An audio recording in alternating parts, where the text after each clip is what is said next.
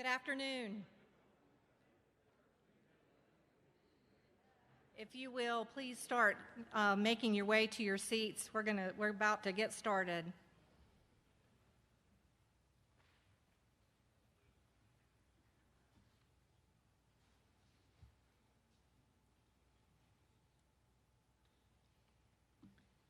Good afternoon again. Welcome back. Welcome to the Back to School Safety Summit.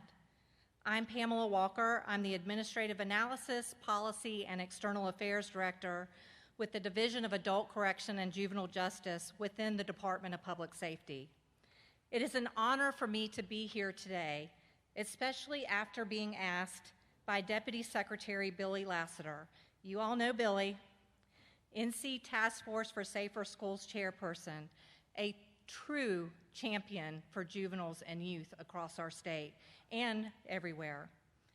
You will hear from him later this afternoon. A special shout out to Secretary Hooks, now retired, who asked for this summit. I think he is watching us virtually today. We're glad you can join us today for a whole of community, whole of government approach to ensuring our schools are safe. We've got a packed, tight agenda this afternoon, so we'll jump right in. It's my privilege to introduce the North Carolina Tar Heel Challenge Academy Color Guard, who will post the colors to begin our forum. Color Guard, please post the colors.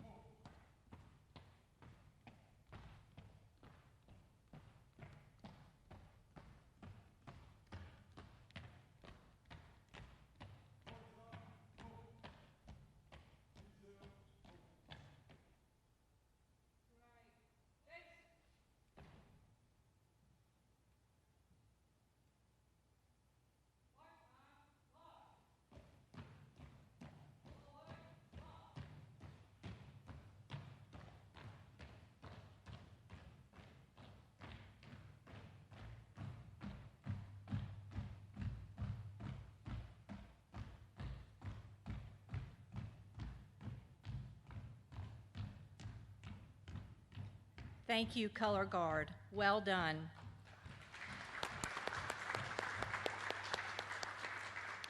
In the interest of time, I'm going to briefly introduce the next two speakers who unfortunately could not be with us in person today, but did provide video messages. First up will be Governor Roy Cooper, who is serving his second term as North Carolina's 75th governor. The governor is a lifelong North Carolinian, born and raised in Nash County, where he attended public schools and worked summers on the family farm before earning undergraduate and law degrees from the University of North Carolina at Chapel Hill. He has led the state with a steady hand throughout a series of unprecedented crises. After several hurricanes devastated parts of North Carolina, Governor Cooper established the North Carolina Office of Recovery and Resiliency and fought for resources to help North Carolina recover smarter and stronger. And when the COVID-19 pandemic hit, Governor Cooper's decisive action and steady leadership helped North Carolina endure, with among the fewest deaths and fewest job losses per capita in the nation.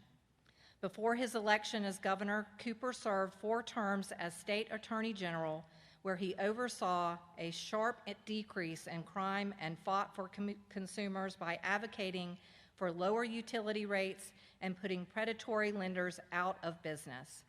After the governor, we will hear from UNC Greensboro Chancellor Franklin Gilliam, Jr. Before joining UNCG in 2015, Chancellor Gilliam held numerous leadership and educational positions at UCLA, including serving as the first ever Associate Vice Chancellor of Community Partnerships in the University of California system. Mr. Gilliam also taught at University of Wisconsin-Madison, Grinnell College, University of Dar es Salaam in Tanzania, Columbia University, and others. The governor's video will play first. Hi everybody, Governor Roy Cooper here. School safety has been a priority of mine for much of my career, from sponsoring some of the state's first school safety legislation in the General Assembly, to helping start officer training as Attorney General, and to developing a comprehensive plan to prevent school violence and create safer schools as governor. As we gear up for another school year, I'm grateful for the strong team that has put together this state action plan for school safety.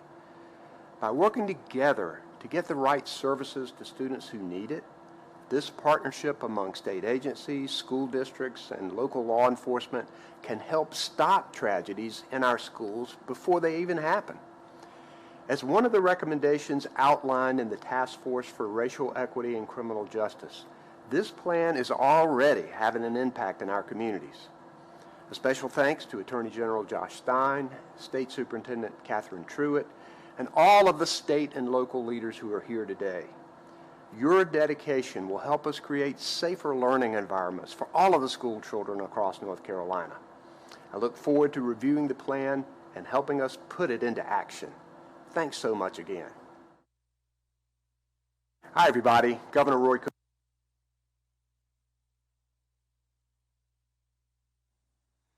Good afternoon and welcome to UNC Greensboro. We're pleased to host this event today. Recent events have highlighted the importance of working together to prevent violence, address mental health issues, and coordinate resources. The pandemic has, of course, made many of these issues even more urgent.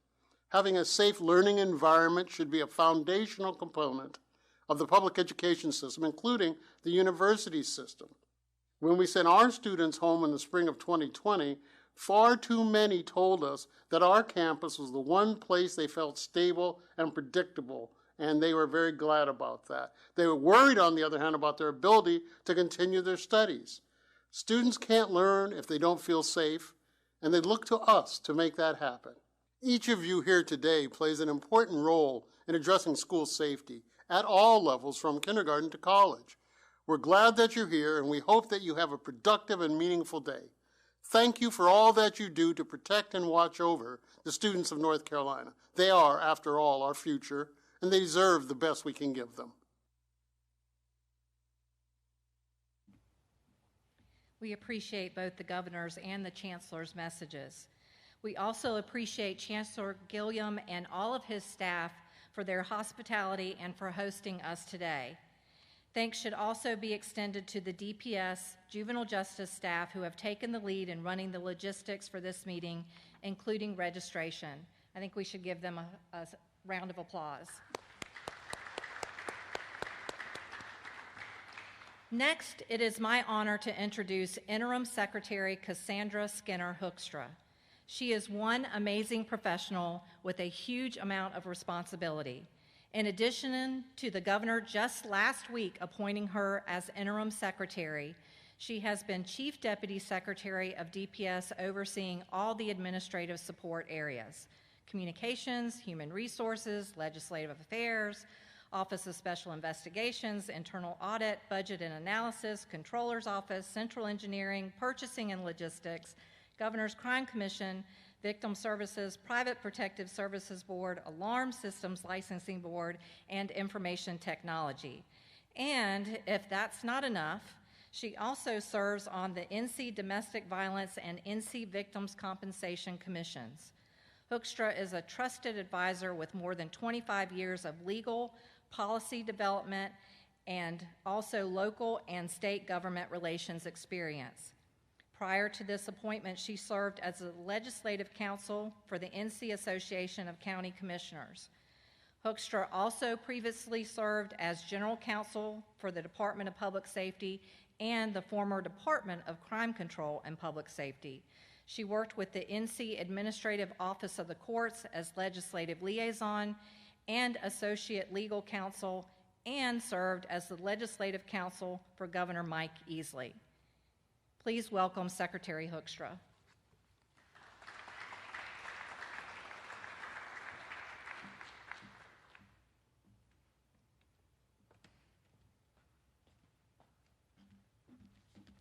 Good afternoon. Thank you, Pam. And again, good afternoon, everyone. I'd like to thank Governor Cooper for his remarks and for his strong leadership and emphasis on collaboration between state, local, and community partners to ensure safe and secure schools for our children. Like Director Walker, I would also like to acknowledge former Secretary Eric Hooks for his vision and his passion for combating this issue of school violence. He wanted very much to be here today and to welcome you, and regrets that the timing of his retirement prevented him from doing so. So if you will indulge me, I'd like to give Secretary Hooks a hand.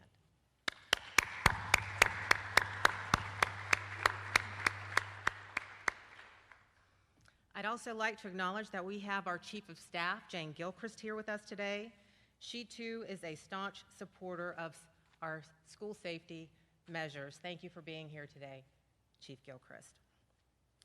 I want to recognize and thank Chancellor Gilliam and his incredible team for once again partnering with us to host this Back to School Safety Summit here at UNC Greensboro.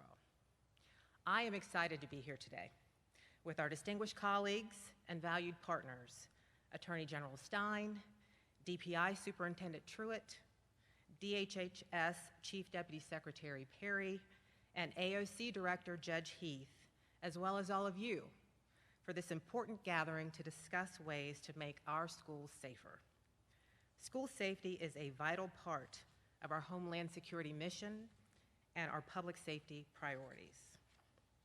One of the goals of the Department of Public Safety is to create a true culture of prevention, protection, and preparedness.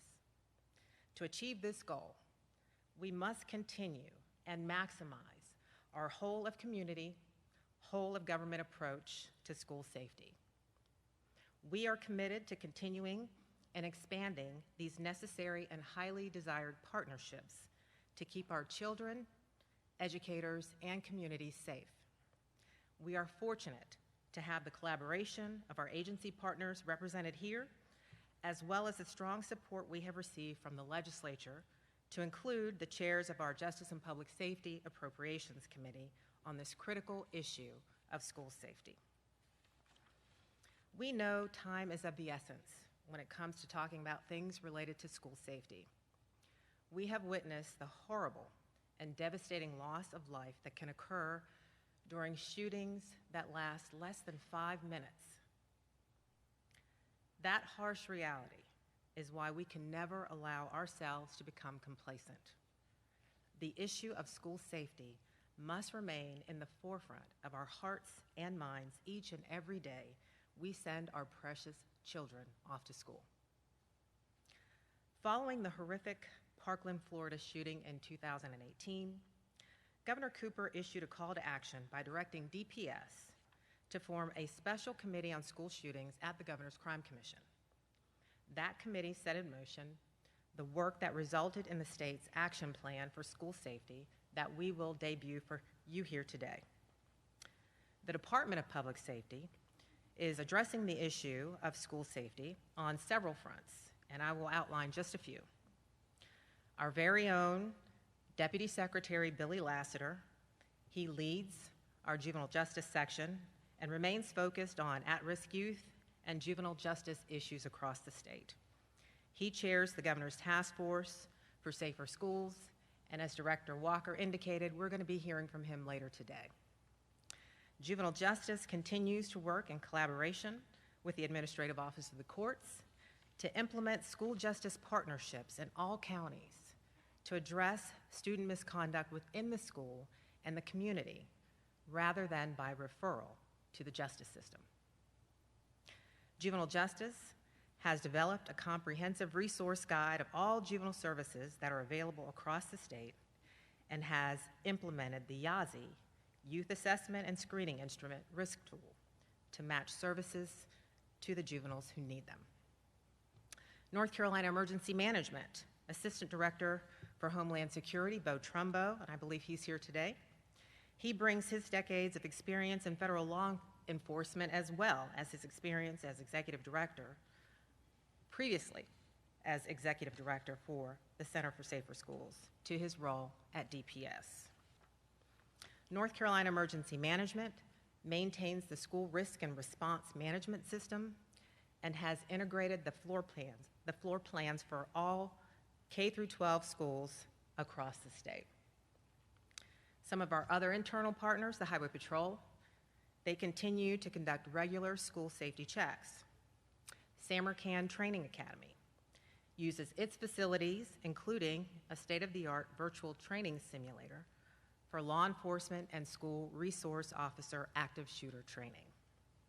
The State Bureau of Investigation, its Behavioral Threat Assessment, or BETA unit, is also taking a proactive approach to preventing violence by identifying and evaluating persons of concern through an evidence-based threat assessment process.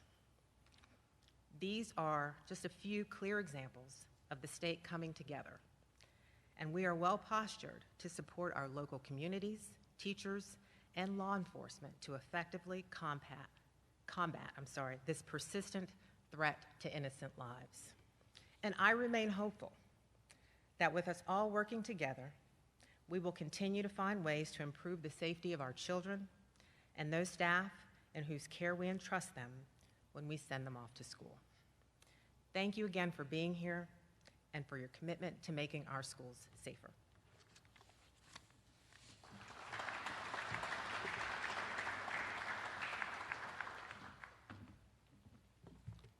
Thank you very much, Secretary Hoekstra. Next on the agenda is the NC Department of Public Instruction Superintendent Catherine Truitt. In 2015, Truitt was appointed as North Carolina Governor Pat McCrory's Senior Education Advisor, where she coordinated policy for all dimensions of public education and helped lead the development of strategic state education policy goals for ages 0 to 20. Most recently, Truitt served as Chancellor of nonprofit Western Governors University, North Carolina. As Chancellor, she focused on increasing access to higher education for the 1.5 million North Carolinians with some college but no degree. Prior to joining WGU-NC, she served as Associate Vice President of University and P through 12 Partnerships at UNC General Administration. Superintendent Truitt.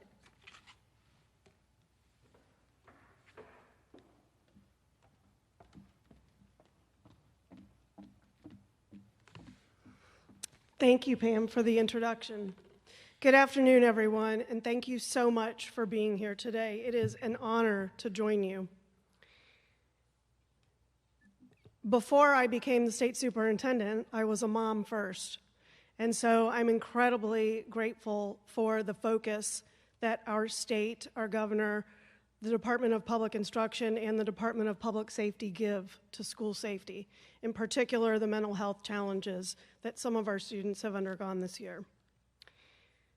The start of every new year is always filled with a special kind of energy. And this year, I do believe it's even more special, no matter what my own children tell me about going back to school in a couple of weeks. After the challenges of remote and in-person learning, I know students and staff are looking forward to a new year and a fresh start. As schools are in the process of gearing up, much of the work to ensure the safety and health of our students, educators, and school support staff has not stopped. I'd like to especially thank the director for the Center of Safer Schools. Karen, where are you? There you are right there, Karen Fairley, for her ongoing efforts to ensure that our schools remain a safe place to learn and grow. Under her direction, the center has engaged with districts and offered unparalleled support, providing resources, trainings, and technical assistance to them both virtually and in person. Even in the face of the pandemic, the center has worked to grow awareness and advocate for safety in North Carolina schools by bringing in subject matter experts on topics like mental health and public safety. Over the course of the next few weeks, we know students are preparing to turn the page to a new school year. And while this is certainly exciting for some, we know that a return to the classroom for others may be a bit overwhelming, particularly for those students who were remote for the most of last year. In its planning, the center has been intentional and proactive in how to prepare for these instances. The center's director, Karen, secured funding through the Governor's Crime Commission to provide more hands-on training in schools for mental health first aid.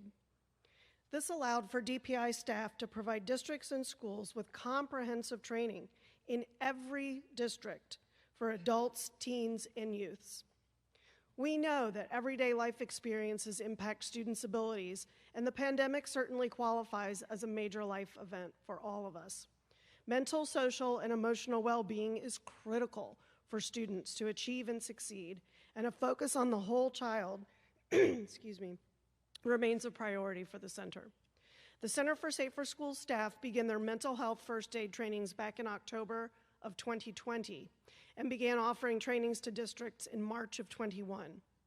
These have been very well received by the field, and the training focuses on introducing participants to risk factors and warning signs of mental illness.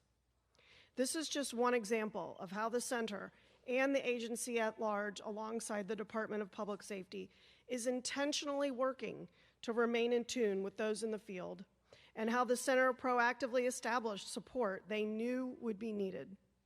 The center continues to ensure that teachers and support staff feel equipped for the start of the new school year and are supported for any challenges they meet head on.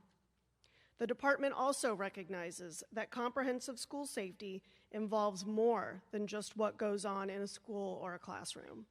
To truly serve district leaders, staff, students, and parents, there must be collaboration and communication with those in the community. The Center for Safer Schools continues to promote and develop relationships with all stakeholders involved in student safety. Their ongoing work involves building relationships with health providers, law enforcement, emergency responders, and others who are pivotal to school safety and student well-being. They are key in facilitating those relationships within districts and work with schools to create those lines of communication. Finally, we know that a critical component in the conversation on school safety is about supporting and empowering students. The Say Something app has been just one tool the center implemented to provide a direct line of communication with students. This anonymous platform has been one of the best ways to intervene and prevent a crisis situation from happening in the first place. While this communication tool has been key for engaging students, The center has additional plans in the coming months on how to enhance communication with students. We know there is always more work that can be done to support students and solicit feedback from them. But giving students multiple ways to express their concerns is a priority for the center. And I know Karen looks forward to sharing more on this soon. Both the Department of Public Safety and the Center for Safer Schools play a truly important role in protecting our students and those in the surrounding community. The center remains dedicated to providing training, technical assistance, and guidance to students, teachers, and parents. We know that involving community partners and resources will only strengthen our schools and enhance our students' learning environment. We look forward to the work that lies ahead this year and are grateful to our partners at DPS for their ongoing work to prioritize student safety and well-being. Thank you so much for allowing me to join you today.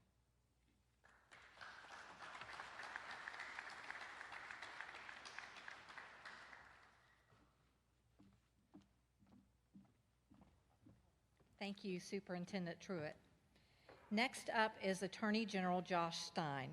Attorney General Stein was sworn in for his first term as North Carolina's 50th Attorney General in 2017 and his second term in 2021. As Attorney General, he is focused on protecting North Carolina families from crime and consumer fraud. A.G. Stein previously served as a state senator and as Senior Deputy Attorney General in the North Carolina Department of Justice. In those roles, he successfully led efforts to put more violent criminals behind bars by expanding the state's DNA database, wrote the School Safety Act and the Identity Theft Protection Act, worked to protect kids from online sexual predators, and helped with pushing payday lenders who were charging loan shark interest rates out of our state. Please welcome Attorney General Stein.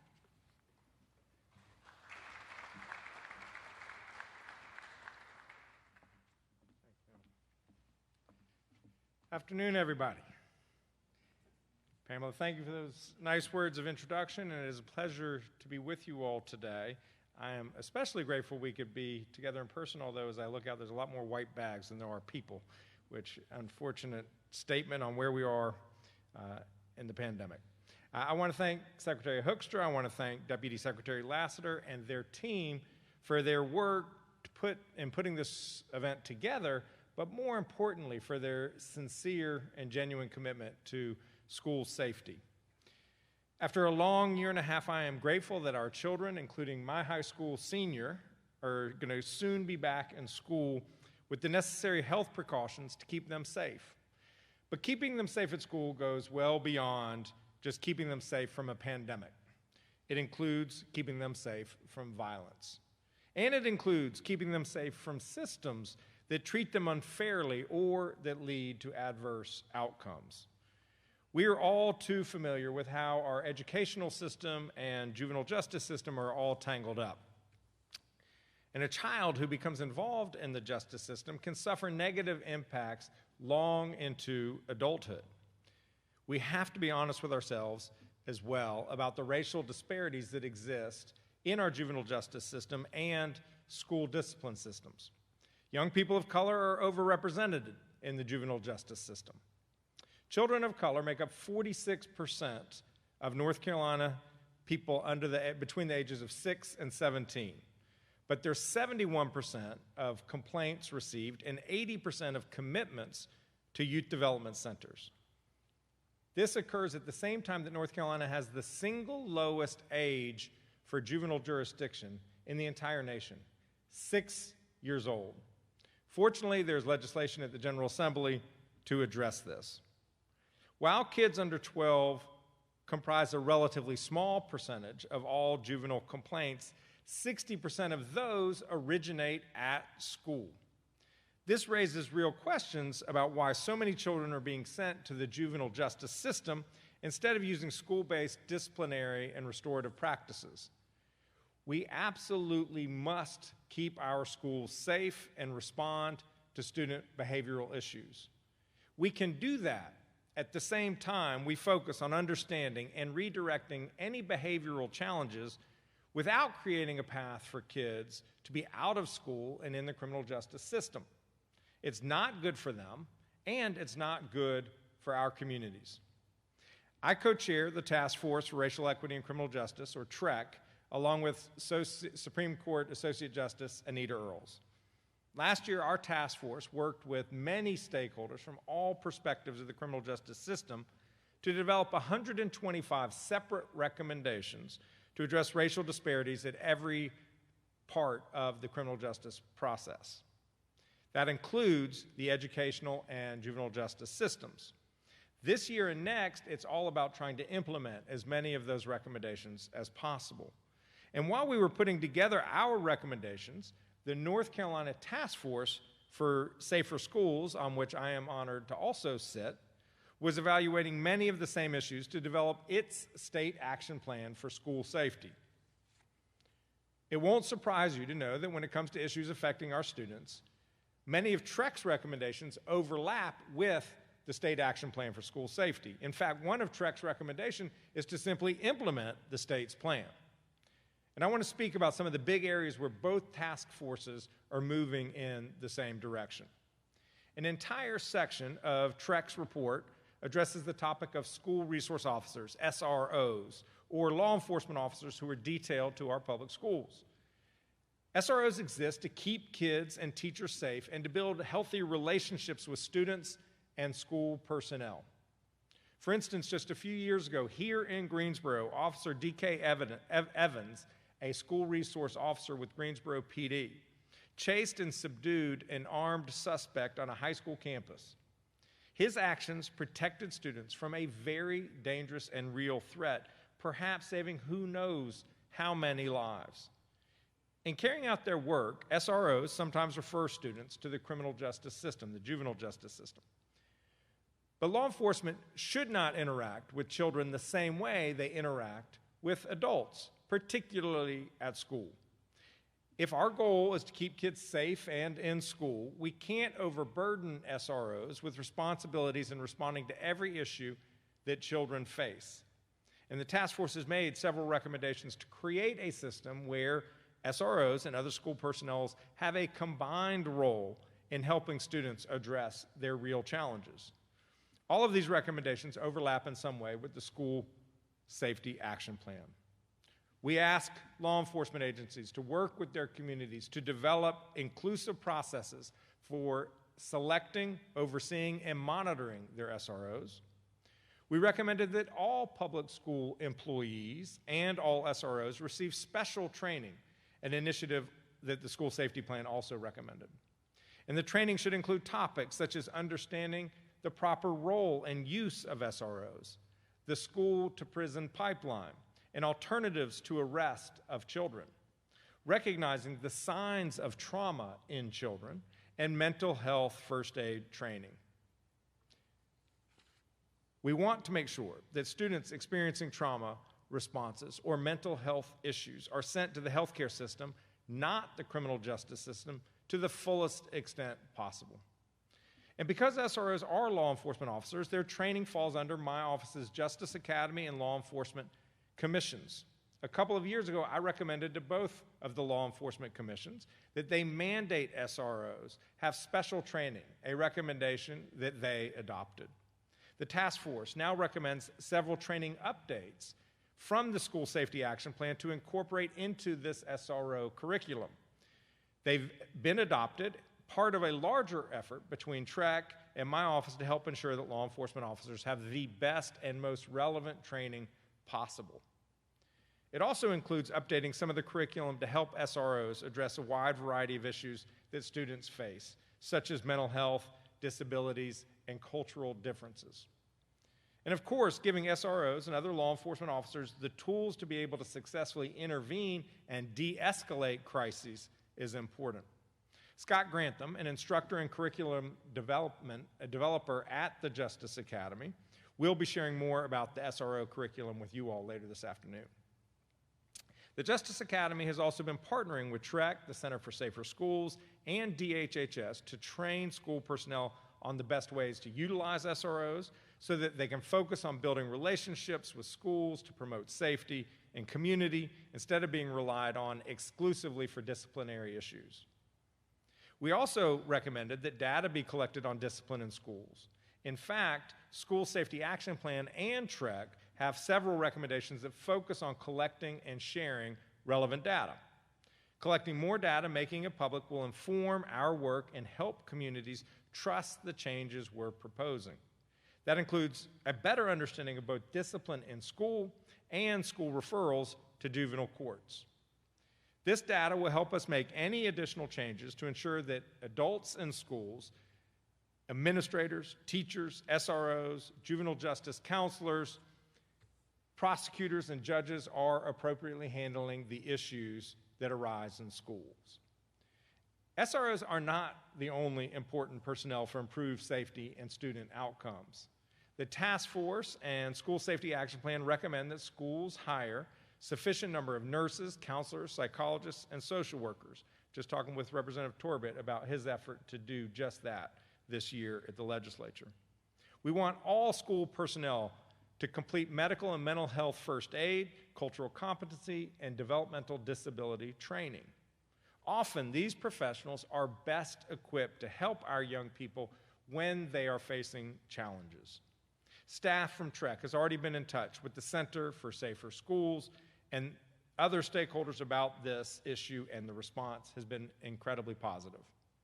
In addition to training, TREC recommends that schools create school justice partnerships. In these partnerships, a group of community stakeholders develop and implement effective strategies to address student misconduct to reduce the number of suspensions, expulsions, and referrals to the justice system. These partnerships have been proven to reduce students' juvenile court involvement, and you all are fortunate to hear later this afternoon from Judge Corpening from New Hanover County, a leader of this school justice partnership movement and many other issues as well. I want to note that Chief Justice Newby recently established a task force to develop strategies to help children who enter the court system who are clearly victims of adverse childhood experiences, or ACEs, and he wants to try to put them on alternative paths outside of the criminal justice system.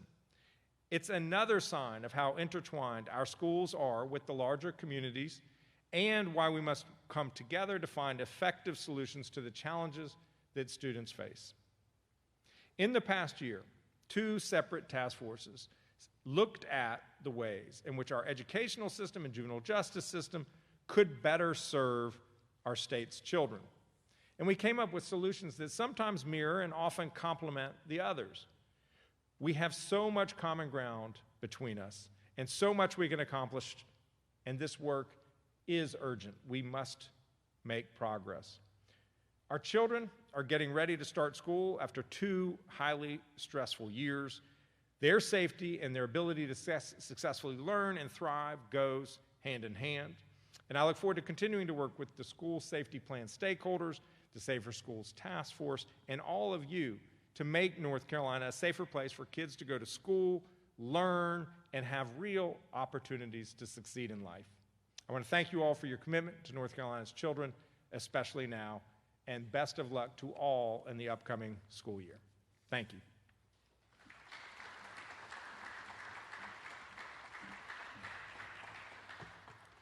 Thank you, Attorney General Stein. Next, we have NC Department of Health and Human Services Chief Deputy Secretary Susan Gale Perry. Chief Deputy Secretary Perry was appointed to the role of Deputy Secretary for the North Carolina Department of Health and Human Services in April 2017, serving first as the Deputy Secretary for Human Services and currently as the Chief Deputy Secretary for Opportunity and Well-Being. She provides senior leadership to the department with a mission of improving the health, safety, and well-being of all North Carolinians. Please welcome Chief Deputy Secretary Perry.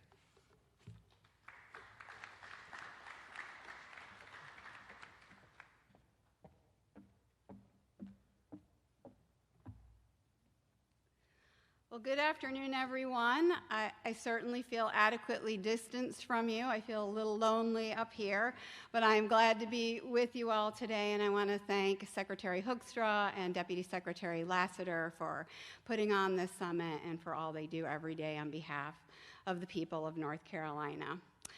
Friends and colleagues, growing up, I felt safe in school. For me, school was a port in the storm, something constant that I could count on in my chaotic childhood. When I was in school, I didn't have to think about the 3 or 4 times we'd move this year, or whether the next time we were between apartments and maybe staying on somebody's porch or in a tent. I didn't need to think about whether or not my mom was going to be back in the hospital with one of her frequent psychotic breaks where she was being treated for schizophrenia. I loved school. I never worried about being bullied or physically or mentally inside or outside of school. I wasn't shy. I wasn't depressed. I wasn't afraid someone was going to hurt me, ignore me, underestimate me, or misunderstand me in or out of school because of who I was or how I looked or how I acted or the color of my skin. You know, I'm sure all of you in this room today have your own stories about what school was like for you and what your life was like growing up. I think we all need to remember that we usually don't know what's going on in kids' lives outside of school and sometimes inside of school, and that it's our collective responsibility to help every child feel like school is a place they not only feel they're protected from harm, but a place where they have every opportunity to thrive. Unfortunately, too many of our children face barriers that can hold them back from achieving everything that they can. Too many experience hunger on a daily basis or don't have a safe house to live in. Too many are already behind on their reading levels by 3rd grade. The situation has become even more dire due to the COVID-19 pandemic and the racial and economic disparities that impact young children's well-being are profound and persistent. Last year was a challenge for all of us and harder for some than others. Children and families experienced significant adversity and trauma during this pandemic, from losing loved ones to COVID-19 to isolation, disruptions to routines and social supports. We're now seeing higher levels of depression and anxiety among young people. More children are ending up in emergency rooms due to significant behavioral health needs, and we see increased reports of suicidal ideation among youth.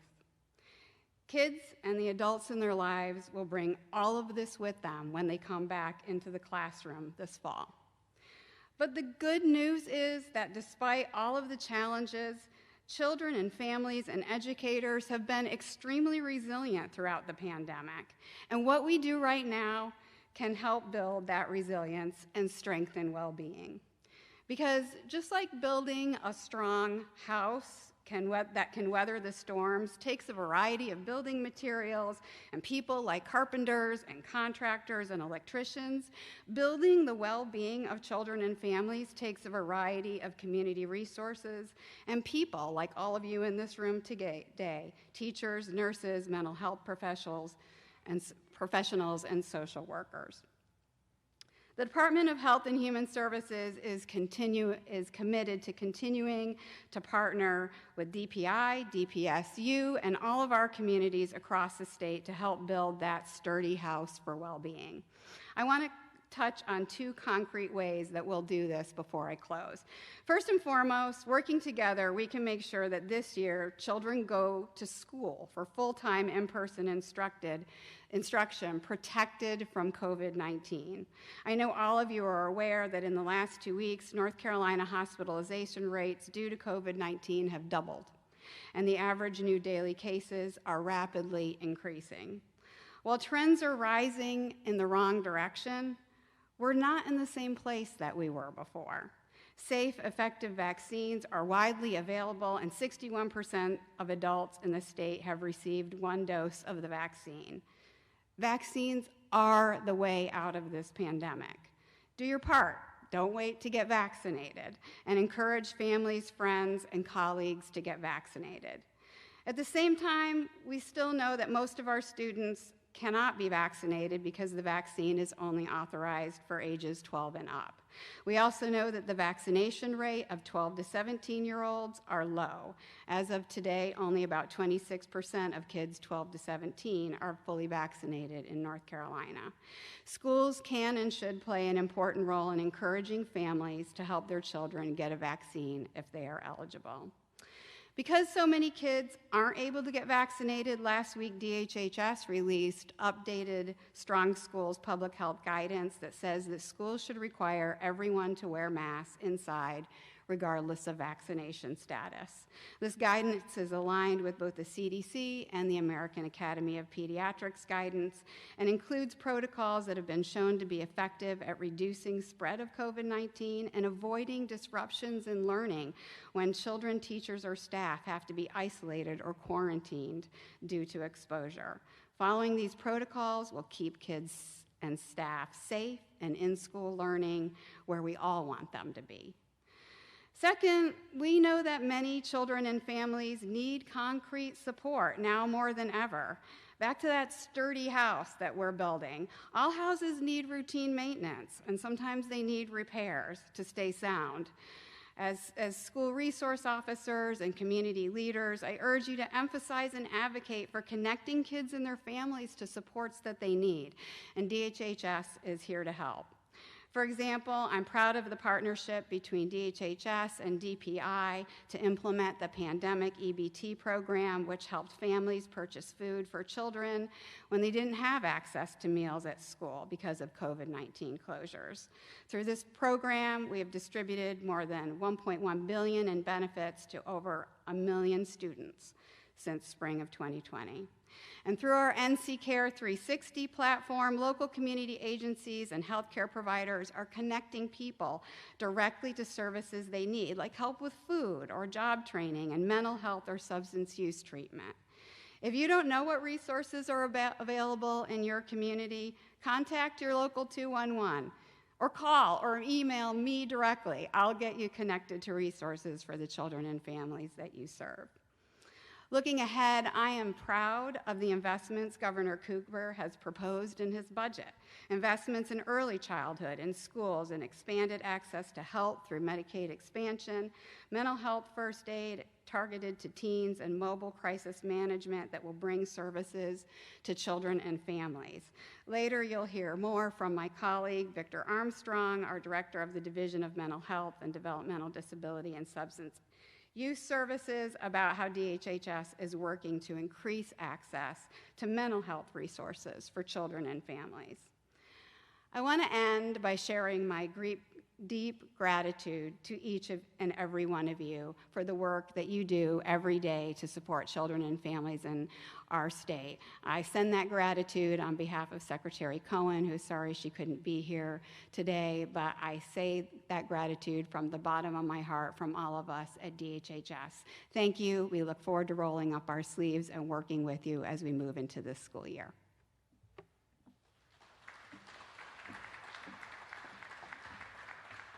Thank you, Chief Deputy Perry. Next, we have Director of the Administrative Office of the Courts, Andrew Heath. Judge Heath was appointed to the position of Director by Chief Justice Paul Newby in January of this year. Judge Heath has served on the Superior Court bench since 2016, presiding over hearings and trials in civil and criminal matters in nearly half of the 100 counties across the state. Prior to serving as a judge, he served on Governor McCrory's senior leadership team as the North Carolina Budget Director, managing the Office of State Budget and Management. Prior to that, Judge Heath was chairman of the North Carolina Industrial Commission for 3 years, beginning in 2013. Thank you, Judge Heath.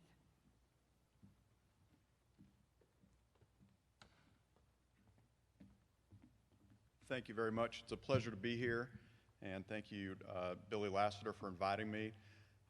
I'm speaking on behalf of Chief Justice Paul Newby, very honored to be working for him in the court system. So how does the court system interact with safe schools, aside from the juvenile justice system? Well, in one major way, and the Attorney General touched on it, but I want to expand on that a little bit. It's the Chief Justice's task force on ACEs-informed courts. And so what are ACEs? Well, there are two ACEs that we focus on. The first are adverse childhood experiences, and the second is adverse community environments. So an adverse childhood experience would be physical, mental, or sexual abuse that a child is subjected to. And if that happens, there are physical, chemical changes in the brain that negatively impact that child's ability to cope with things. An adverse community environment, for example, would be if a child grows up in a home where a caregiver is a substance abuser. And these ACEs, they have impact on children. And studies have shown that children that are subjected to ACEs have a much higher likelihood of ending up in a courtroom as an adult, either as a victim or an offender. So what we're trying to do with the Chief Justice's task force on ACEs-informed courts is to equip our judicial stakeholders with the ability to recognize a child who may have been impacted by ACEs when they interact with the justice system, and then also to equip our judicial stakeholders with the ability to match up those children whom they suspect to be impacted by ACEs with programs or resources in the community, and where there are none or where there's a gap, to try to come up with resources that could help these children. So it's a downstream intervention to make sure that as an adult, those children don't end up before Superior Court judges like me when it's going to be much harder to make a positive impact on their lives. So the task force is co-chaired by myself and District Attorney Benjamin David from New Hanover and Pender County, and it is composed of judicial stakeholders from diverse backgrounds from across the state, from the mountains to the sea. It's sheriffs, it's guardian ad litems, it's district court judges, superior court judges, district attorneys, public defenders, members from the public, and that is and also representatives from the Duke University School of Law Bolch Judicial Institute. And that's supplemented, that group of task force members is supplemented with an advisory board that's made up of members like Billy Lassiter and subject matter experts on child health and education. It's made up of university leaders from the UNC School of Government and elsewhere. And we are all coming together to try to provide intervention for these children so that they don't end up as criminals or victims in Superior Court.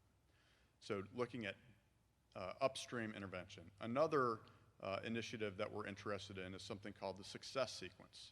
So as flawed as our system may be, it is still the best system of justice in the world. And as flawed as our educational system may be, I believe it's still the best educational system in the world. What can we do to help kids in an imperfect system? Well, I believe that we can arm them with some information about what successful people have done with their major life decisions. Research has shown that those people who have excelled or made life decisions to graduate from high school, maintain full-time employment, and have family stability before having children are in a much more likely position to escape poverty and to be in the middle to upper thirds of the income distribution. And there's also good research that shows that each of those three steps in the success sequence also make it less likely for someone to commit crime. So that's another upstream intervention point. We could provide purpose for children, knowing that even in an imperfect system, while we're all working to make that system better, they can still make decisions that will positively impact their lives. So those are two initiatives that our court system is interested in, and I appreciate everything that this group does to try to make things better for our children. Thank you.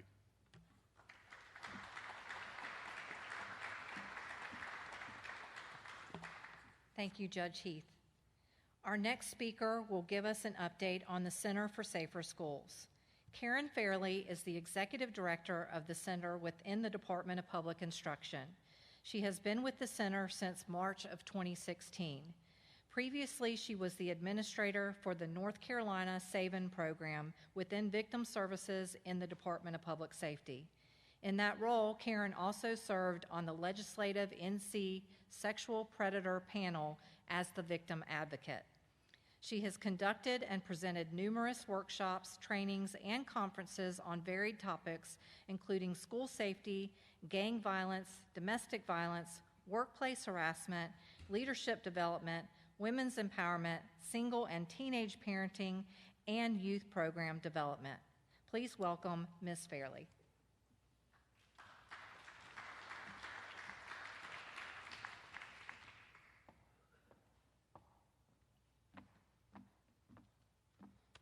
Good afternoon. Thank you, Pam, for that introduction. So I'm going to be the first person to learn the clicker, so bear with me. So I first want to start off by saying thank you for our superintendent and her support, and Dr. Taylor, who is my supervisor from DPI. I appreciate all that they do to support the center and me. So this is going to be a brief update on the Center for Safer Schools. We are preparing for 2021-22 school year, and we are excited to do what needs to be done to ensure our children's safety. We are preparing a needs assessment right now with RTI that we secured federal funding for, so that we can ask our superintendents, principals, safety directors what their needs are. We at the Center for Safer Schools takes our role very seriously and understand the level of responsibility that we have. We provide resources, training, and technical assistance to public school units. You will hear that we already are doing some of the things that are on the School Safety Action Plan. This is our mission and our vision statement.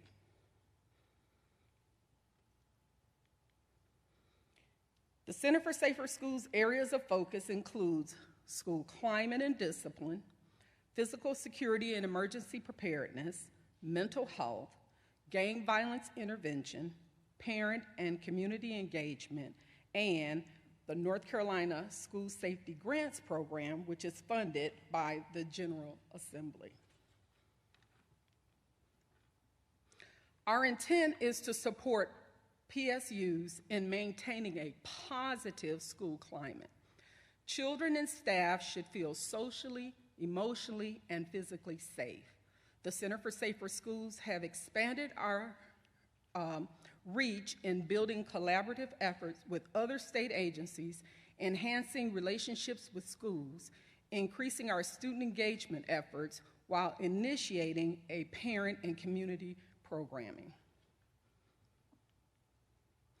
We work closely with our internal partners, Healthy Schools and Department of Public Instruction, to support initiatives that address bullying, human trafficking, dating violence, sexual assault, and substance use, just to name a few. Our Say Something Anonymous reporting app has over 5,700 tips since its inception in November 2019. We have over 440,000 students who have been trained thus far.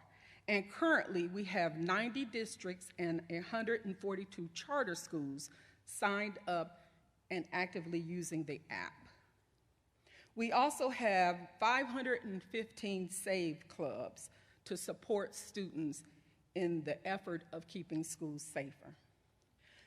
We have also, this fall, we're starting a leadership academy where we will invite students who are passionate about school safety, and the program will involve peer leadership, team building, and interactive activities. The Center for Safer Schools secured funding with RTI through the BJA grant to enhance the Center for Safer Schools, and one of its initiatives is the creation, implementation, and training of building threat assessment teams in the districts with training that is being provided by Sigma.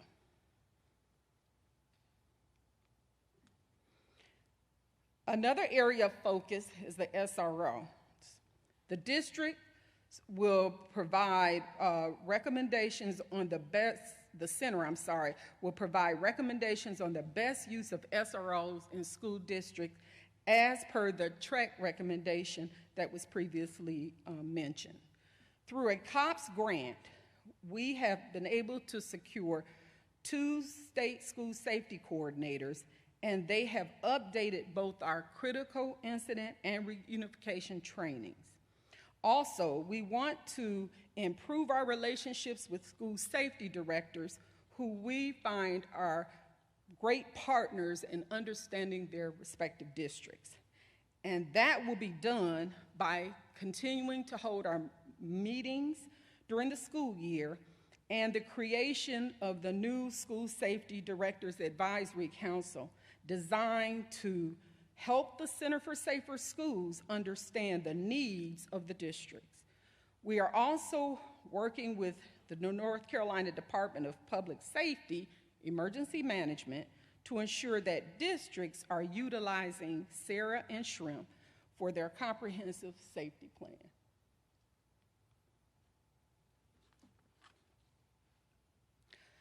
Understanding that recognizing signs and symptoms early provides the best support of individuals with mental health challenges, the Center for Safer Schools program staff have all been trained in youth mental health first aid, and some of the staff have been trained in adult mental health first aid, as we saw that there was a need or desire for adults to support other adults as they return to school. Where some of the staff has also been trained in teen mental health first aid. We understand that this support is crucial in student and staff feeling emotionally safe.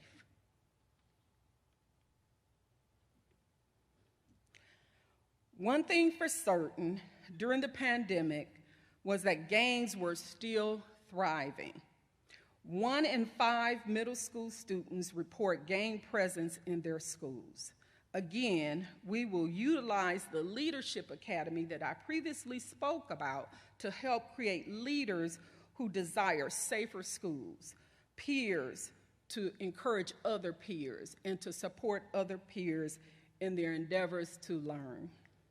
We are currently working with the North Carolina Gang Investigators Association on initiatives that involve good decision-making skills so that we can support our Leadership Academy.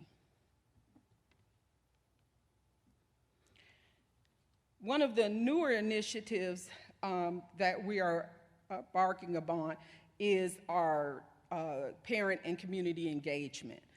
Securing grant funding from another BJA STOP grant, we are starting the North Carolina Say Something Parent and Community Engagement Program, ensuring that we will work to collaborate with nonprofit organizations that serve youth and have a desire to support their district schools.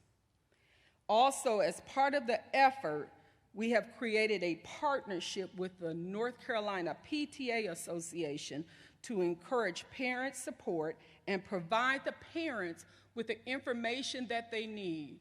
We will hold forums to allow them to ask the questions that they need to ask and provide them the support that they so desperately want. In 2020, the Center for Safer Schools received $18 million from the General Assembly for the salary, benefits, and training of SROs. $16.9 million was requested, and $16.7 million was actually funded. Some districts could not meet the match requirement, and some districts were having a difficult time securing SROs based on the shortage of local law enforcement in general in some of the areas. We are doing our best right now to prepare for the 2021 grant funding program, and if we are successful in some other legislation out there, we'll be expanding that program as well for the 21-22 school year. Finally, this was a very brief update on the Center for Safer Schools. The Center for Safer Schools is sponsoring day 2 of the summit right here in this auditorium on tomorrow. We will provide PSUs the opportunity to learn more about the resource support and technical assistance offered by the Center for Safer Schools. We are here to be partners with our agencies, our other state agencies, and our local law enforcement, and most definitely our schools, to include students, staff, and parents. Please do not hesitate to contact the Center for Safer Schools with any questions, concerns, or suggestions that you may have. And I want to thank you for allowing me to take this opportunity to share with you a brief update from the center. And also thank you for what you do for the children of North Carolina.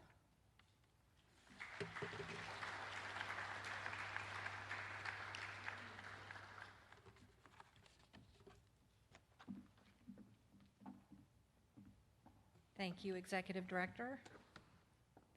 Next, we will hear from Victor Armstrong. He represents a very important area for our youth, those with developmental disabilities and substance abuse addictions. Mr. Armstrong has been with the Division of Developmental Disabilities and Substance Abuse within the Department of Health and Human Services since earlier this year. He has responsibility and oversight of the public community-based mental health, intellectual, and other developmental disabilities, substance use, and traumatic brain injury system in North Carolina. Prior to accepting this role, Mr. Armstrong spent 6 years as Vice President of Behavioral Health and with Atrium Health, based in Charlotte, North Carolina. Mr. Armstrong had responsibility for operations of Atrium's largest behavioral health hospital. Behavioral Health Charlotte, the BHC campus, contains Southeast only psychiatric emergency department staffed 24/7 with outpatient programs. Mr. Armstrong has over 30 years of experience in human services, primarily dedicated to building and strengthening community resources to serve individuals living with mental illness. Please welcome Mr. Armstrong.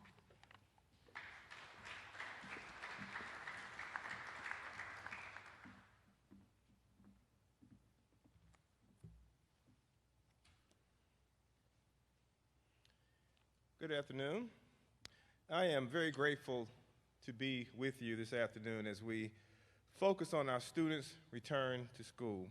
And I echo the sentiments of so many others in thanking Chief or Deputy Secretary Lassiter for your leadership in coordinating this summit.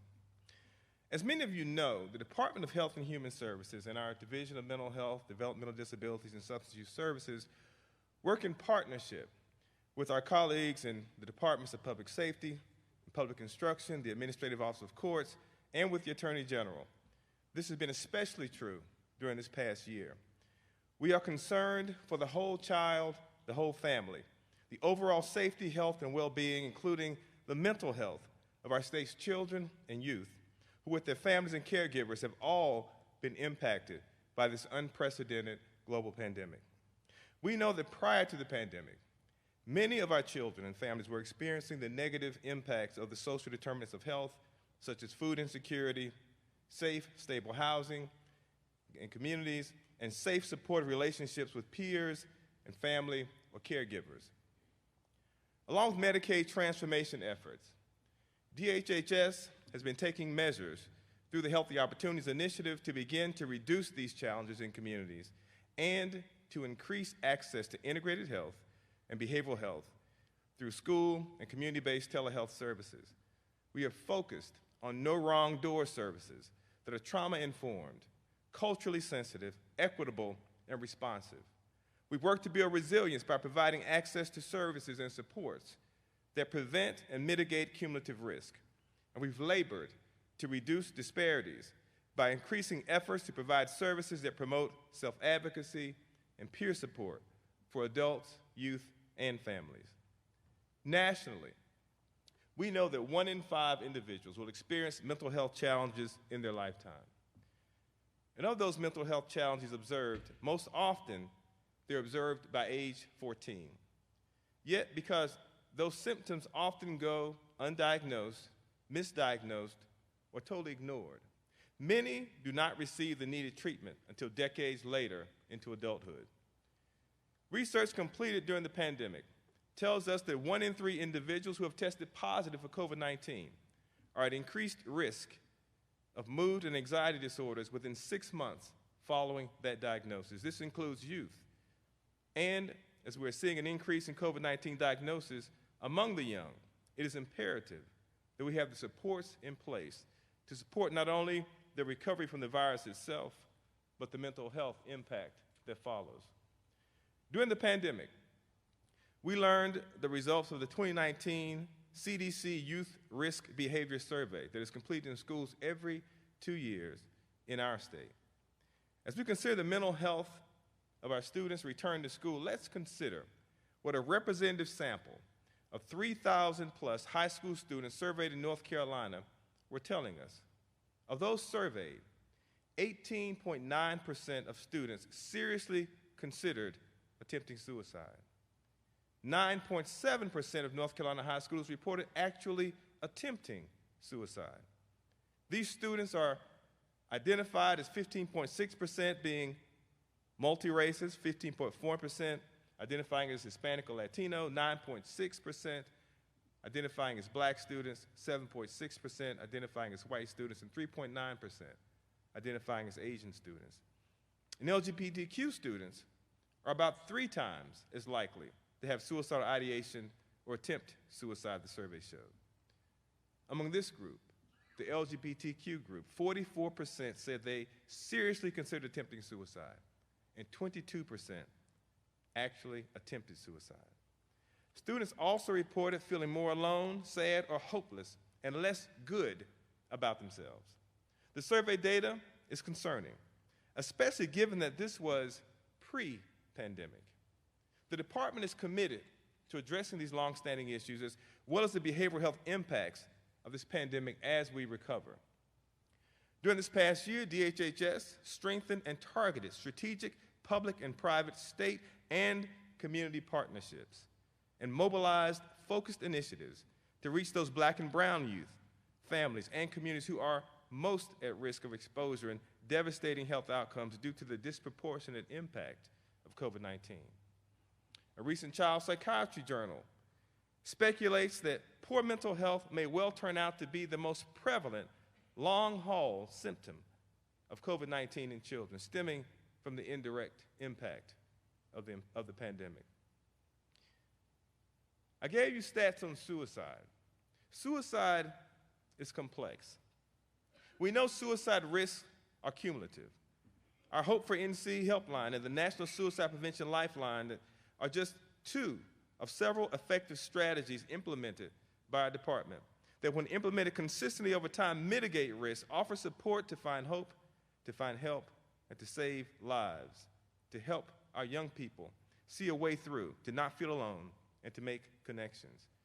Both helplines and the crisis text line connect youth and other callers directly to a live person to talk to, someone to listen, and to provide emotional support, and link youth to resources and services in their communities.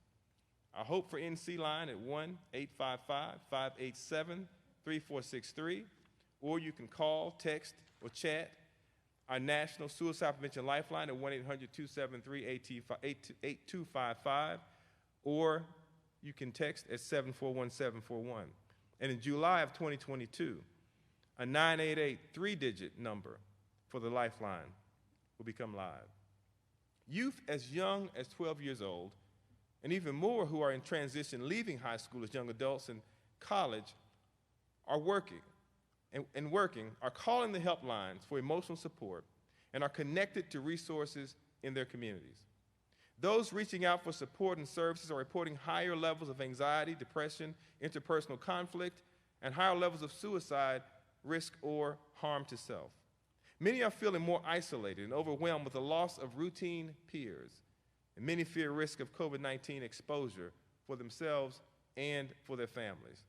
This is consistent with what mental health and substance use disorder counselors and many of you, our school counselors, social workers, and nurses are reporting. The youth participating in our teen town hall events and in the What's Your Level of Concern video series developed by Hope for NC East Point are very articulate about their challenges and coping skills. We will continue to offer outreach and support to our youth and remind them that asking for help is not a sign of weakness, but is in fact a sign of strength. We want our young people to learn and practice this and develop effective coping skills. With support and someone to listen, we can help our children and youth find a way through these challenging times. Together with DPI, we are advancing wellness and resiliency in education through implementation of the SAMHSA-funded project AWARE, working to prevent psychiatric treatment facility, or PRTF, reentry, as it is our belief that children succeed and thrive best when they're able to do so in a family setting rather than in residential or congregate care. Together, we are creating trauma-informed schools, expanding effective services through telehealth, and improving mobile crisis services when students experience a behavioral health crisis at home or school. The AWARE school and community sites are currently in Beaufort, Cleveland, and Rockingham counties, and I believe Dr. Stephanie Ellis from Rockingham AWARE is here with us today, and I see her waving.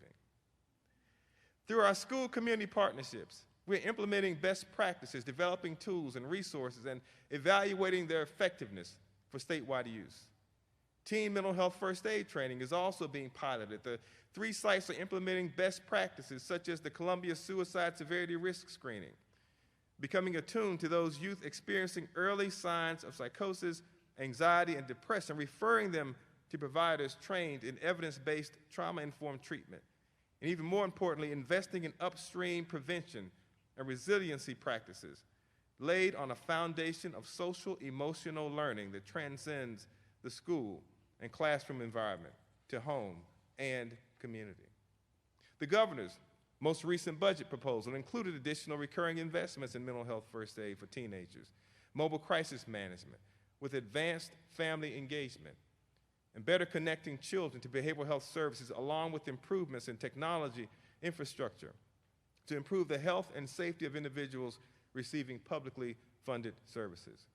We're also partnering with DPI on implementing school mental health policy, which includes risk assessments, suicide risk and referral protocol, suicide prevention, workforce development, and integration of social emotional learning principles into daily school policies and practices, with an aim toward connecting students who have behavioral health issues to needed services, diverting them from the justice system, buffering the impact of trauma, and supporting positive social emotional development. We continue to expand school community partnerships to offer equitable and accessible trauma-informed behavioral health and intellectual developmental disability services. We continue to link youth and families with partners such as NAMI North Carolina and local affiliates across the state, as well as other partners offering family, youth, and peer support and education. We continue to promote access to mental health first aid training and suicide prevention training such as Question, Persuade, Refer, or QPR, and Reconnect for Resilience training for wellness and resilience. And we offer Hope for Healers in partnership with the North Carolina Psychological Association to provide free, brief therapy for all educators and school personnel and their families. And you can call Hope for NC to be linked with these services. And I would be remiss if I didn't mention that expanding Medicaid will significantly increase access to care for many needy families and children in North Carolina. North Carolina's Medicaid program currently covers nearly 2.1 million individuals. Medicaid has been a key source of support for the children of North Carolina, with 53% of our users being children.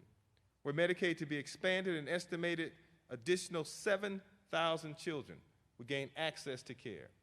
Medicaid expansion would remove barriers to coverage for many people living with mental health challenges, including our most vulnerable, our children. In closing, together, we can reduce stigma associated with mental health challenges. We can learn to recognize trauma, signs and symptoms of emotional distress. As adults, educators, school personnel, school resource officers, healthcare providers, and parents, we care about our children and youth. It is important to listen to our children, to hear what they are saying, and watch what they're doing, to help them engage in healthy physical activity and stay connected with friends and family members, and help them recognize their emotions and physical responses to how they are feeling. We can help them remember that they are not alone, that we are listening, that asking for help is a sign of strength, and they can get through the pain or conflict they're feeling right now. We can help to reassure them that there is hope, there is help, and we are all in this together. Thank you.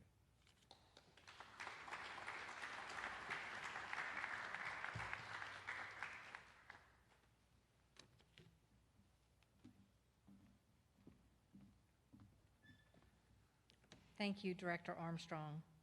We're going to take a short break so everyone can stretch their legs.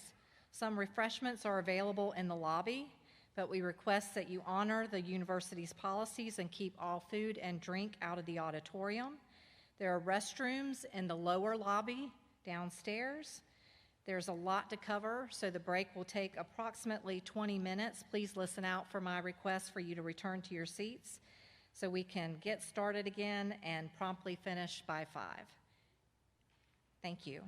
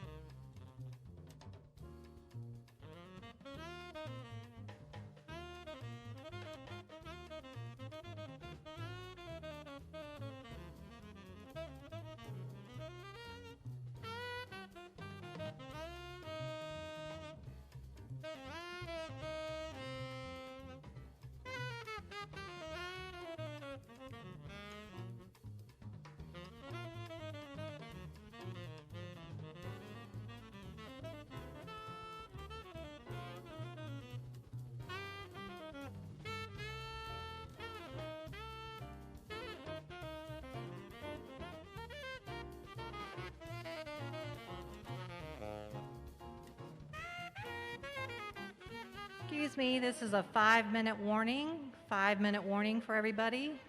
If you can, please start making your way back towards your seats.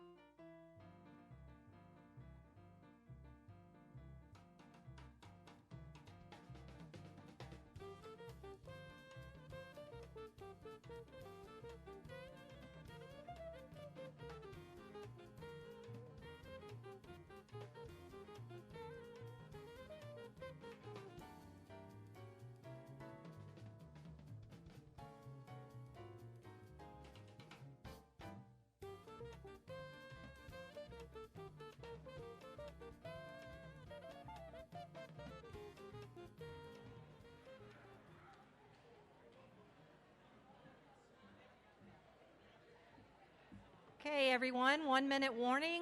1 minute warning. If you can, please make your way back towards your seats.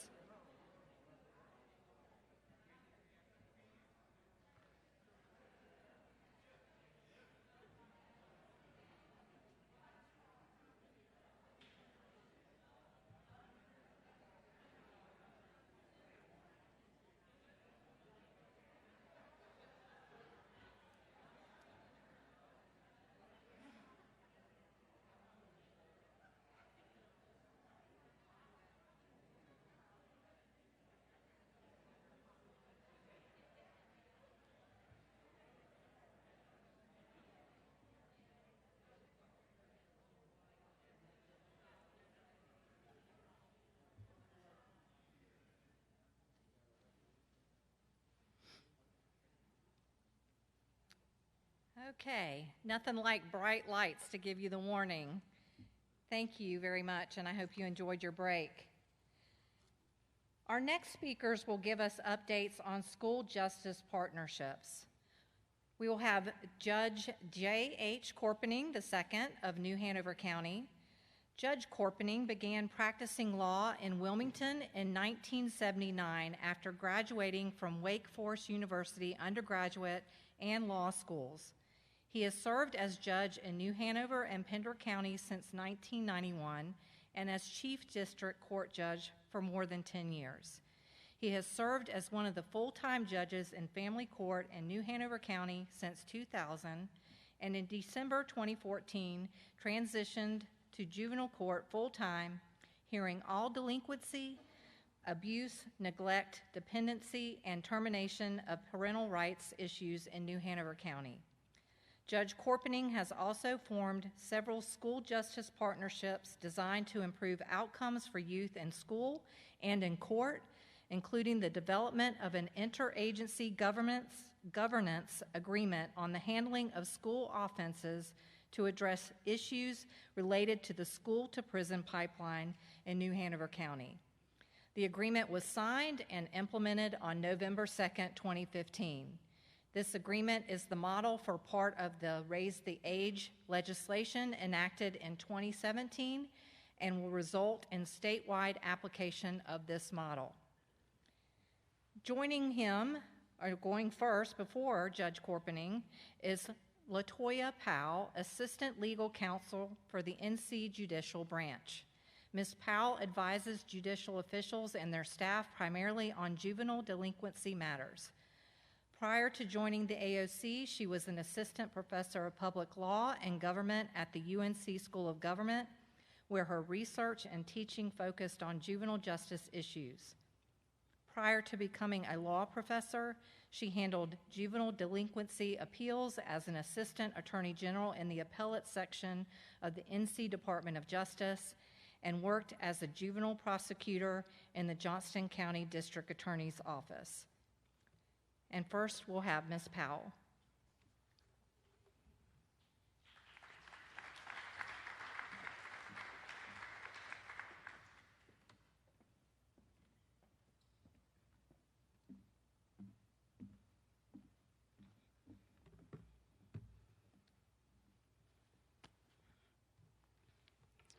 Good afternoon. Thank you, Pamela, for that wonderful introduction.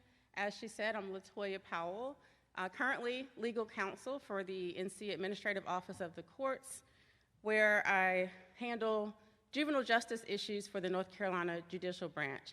And it is a great honor to be here this afternoon with Judge Corpening to talk with you all about a program that is near and dear to my heart, the School Justice Partnership.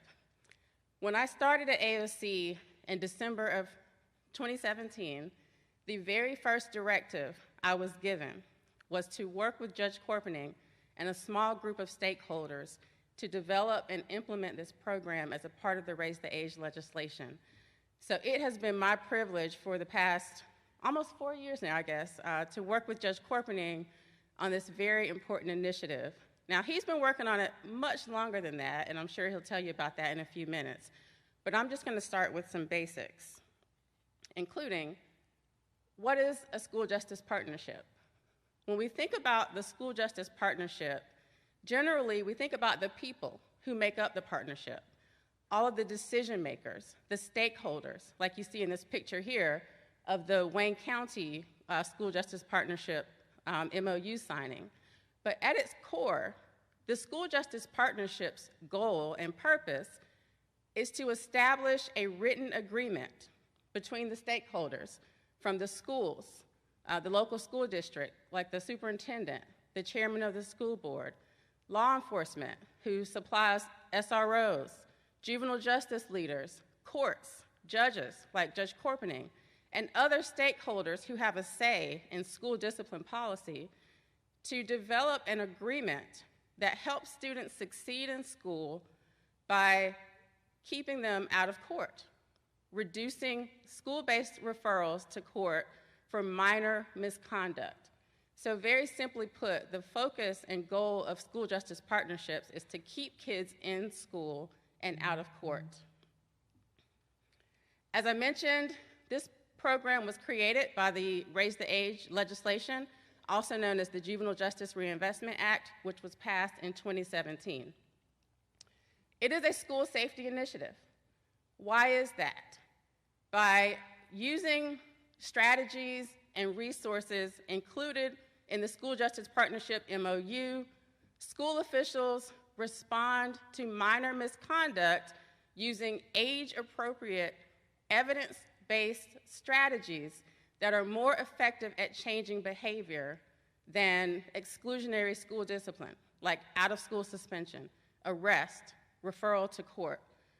And again, focused on minor misconduct. Lots and lots of research shows that for kids with very low risk of reoffending who commit minor misconduct, it's much more effective to respond to the behavior using school-based and community-based interventions than to place those kids in the court system. What do I mean by minor misconduct? I'm talking about very nonviolent minor offenses, like a student disrupting class, commonly charged as disorderly conduct at school, a minor scuffle between two students in the hallway, no weapons involved, doesn't result in any serious injury to either student. Oftentimes, the kids are friends again by the end of the day or the next day, but a month from now, they have a court date because they were charged with simple assault or simple affray. These are the types of offenses that can be more appropriately addressed in the school setting or the community setting without the negative collateral consequences of court involvement. What do I mean by that? And then some of the examples of things that we can do rather than charging and sending kids to court for some of this minor misbehavior, making a phone call to a parent, having a parent-teacher conference, using restorative justice programs that don't require a court referral like teen court, which I think is available in nearly all 100 counties now of the state. Juvenile mediation, community service, things that school resource officers have at their disposal that they don't need to make an official charge to use. What type of impact does this have when we use these alternatives to court rather than charging kids? Well, we know that the stigma and exposure of the court system can be very bad, can cause very bad outcomes for some kids, including lower academic success. You might imagine that all the missed classroom time from having many court dates to attend, having to meet with probation or juvenile court counselors, and having to do other things that to comply with the orders of the court cause children to have a lot of time missed from class. Many of these kids are already at risk of academic failure. So you might imagine how the additional missed classroom time has a negative impact on their student success. They're more likely to offend. We know that the exposure to the court system for kids, even that first contact, makes them much more likely to end up in the system again and to reoffend.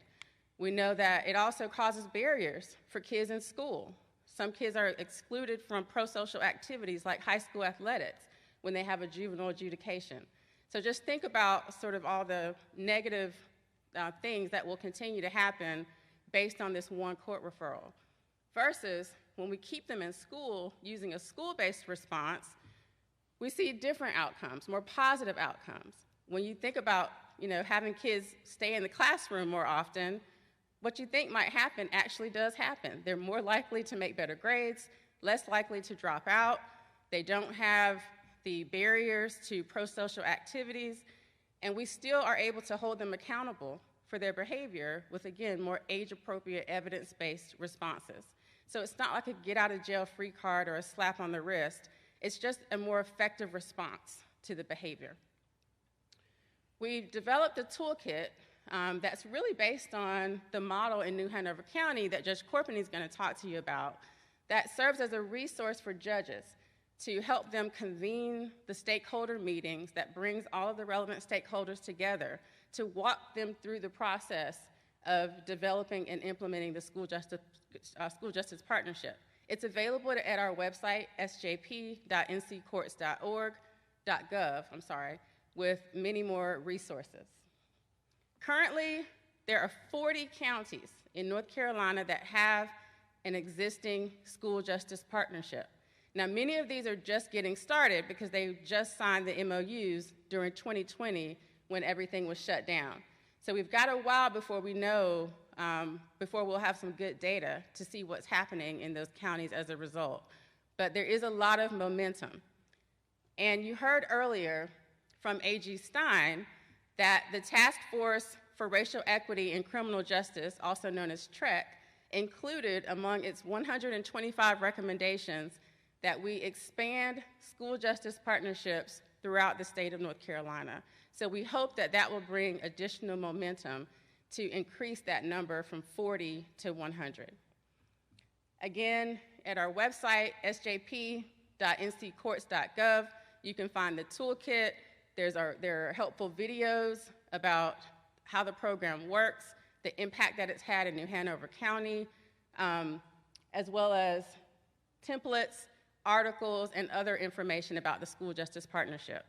So at this time, I'm going to turn it over to the real leader and pioneer of school justice partnerships in North Carolina to talk to you about the significant impact that the program has had in New Hanover. Thank you.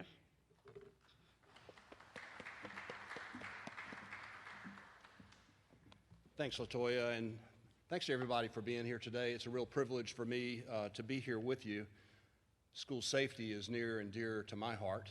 I've raised 3 kids through the public schools of New Hanover County. I've got 3 grands enrolled in the public schools of New Hanover County, and I've got a 1-year-old grandson who's going to be enrolled in the public schools of New Hanover County. And almost more importantly than that, my mom taught school for 30 years, and she retired because she was afraid.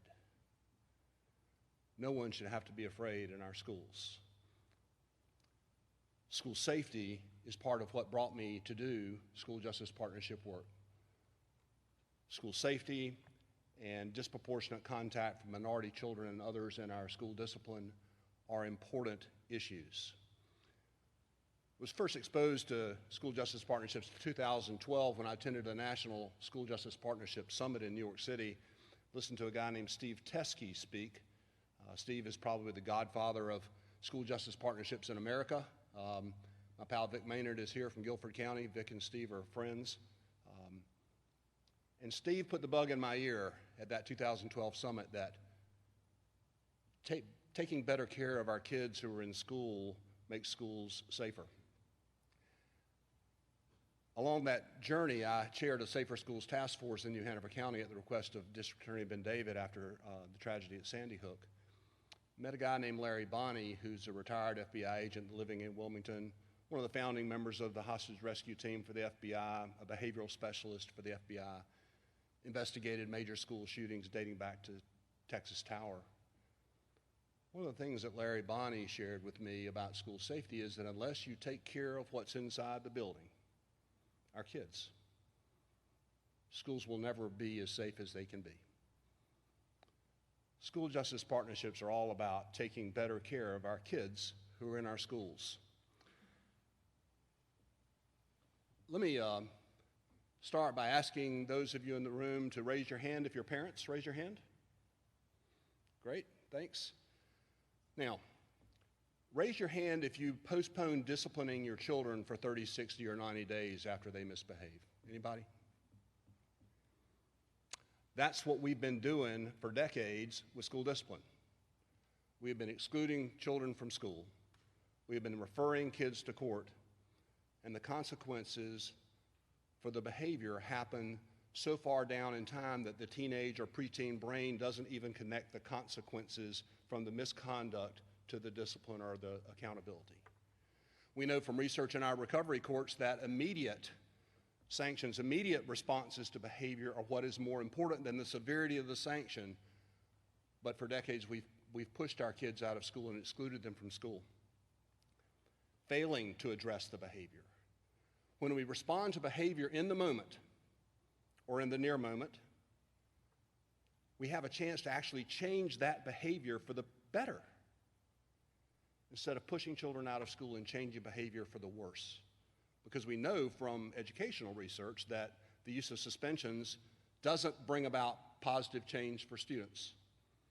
We know from juvenile justice research that referring kids to court doesn't help behavior for the better. It's sometimes necessary, but can it be handled in other ways without sending to court? If it can be, you get better results.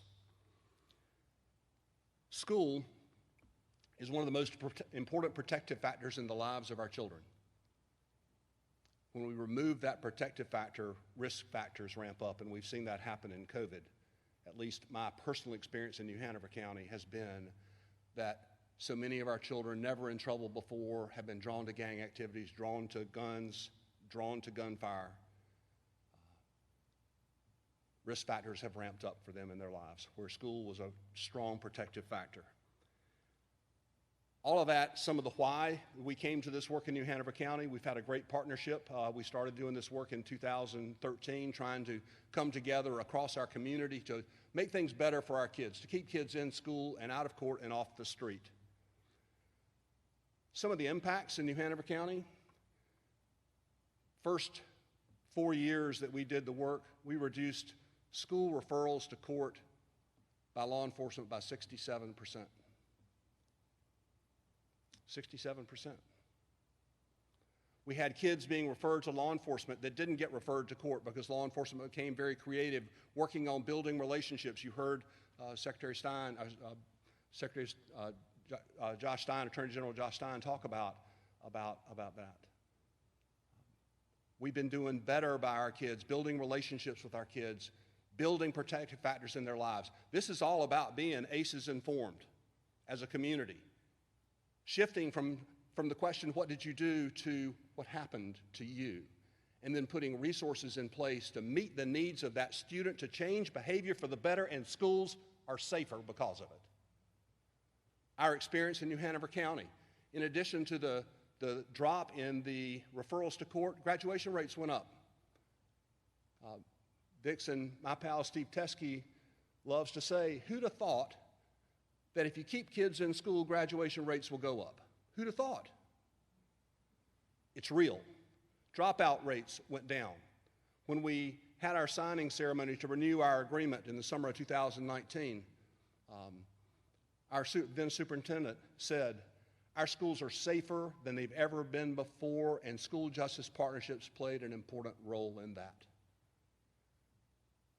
Referrals for discipline down as a result of that work. There's been a transformation in the attitude of our building managers, our principals and assistant principals, who are the disciplinarians in our schools. I had a middle school principal come up to me at a school safety summit. Let's see, in COVID years, how long ago was that? Yeah, you know, time seems to have been warped by COVID. So school year right before COVID, whenever that was. And this is a guy who early in his career as an assistant principal and principal, I'll say never met a kid he wouldn't consider suspending. Always suspending lots of kids. And he came up to me at that summit and said, you know, if I've got 2 kids who are in a dispute, if I can solve the problem, why would I send them home? You hear that? If I can solve the problem, why would I send them home? This is about problem solving. This is about using some of the things that LaToya talked about, using restorative justice practices. And by the way, we haven't spent any money in New Hanover County implementing school justice partnerships. There's not a line item in the budget for it. We've done the work. We've marshaled our resources. We have made new partnerships. No dollars spent. That's one of the questions I get when I go to places to work with the communities. How much does it cost? Well, we haven't spent anything, but we're very active with it. What does this look like across our community? When we did our signing ceremony in 2019 to re-up the agreement, Chief Justice came and spoke. The chair of the Board of Education spoke. Superintendent, chair of the Board of Education spoke. Mayor spoke. The entire county commission was present. The entire Board of Education was present. Most of the city council was present. Public health director was present. DSS director was present. Chief of police, elected sheriff, chief deputy, district attorney. You hear me? Our community has come together to support our schools and our kids in our schools in a very public way, and that has had trickle-down impacts across our community, and in the relationship between our Board of Education and our county commissioners, and our schools are funded at levels never seen in our history because of that improved relationship and the recognition by county leadership that schools are doing all they can to do right by kids and to keep kids in school and to make things work for them. School justice partnerships are an important part of making schools work for kids. It's about communities coming together like we've done in New Hanover County. It's about responding to behavior in the moment, when and where it happens, to try to change behavior for the better. And one of the wonderful things about this is this can work in your community, just as it's worked in my community. It just requires community partners coming together from justice, from law enforcement who are present in the schools, from school staff, mental health, DSS, district attorney's office, juvenile justice, folks across our community, and working together to make things better for kids. I'm thrilled that this was part of Raise the Age legislation. I never dreamed when we started having conversations in New Hanover that this would show up in the Raise the Age legislation in 2017. Never dreamed that I'd be traveling the state. I've been to 30 of the counties that have done school justice partnerships to work with local stakeholders. But it's a dream that's coming true to make things better for kids. So I'm grateful to the task forces that are recognizing this work and that are urging it forward. I'm grateful to the support from the Administrative Office of the Courts and from Juvenile Justice. I would commend our website to you, our toolkit to you. It's a great resource. But I'm here to tell you from our New Hanover County experience, it works for kids. It makes things better for kids. And I think that's something that brought us all here today. Thank you so much.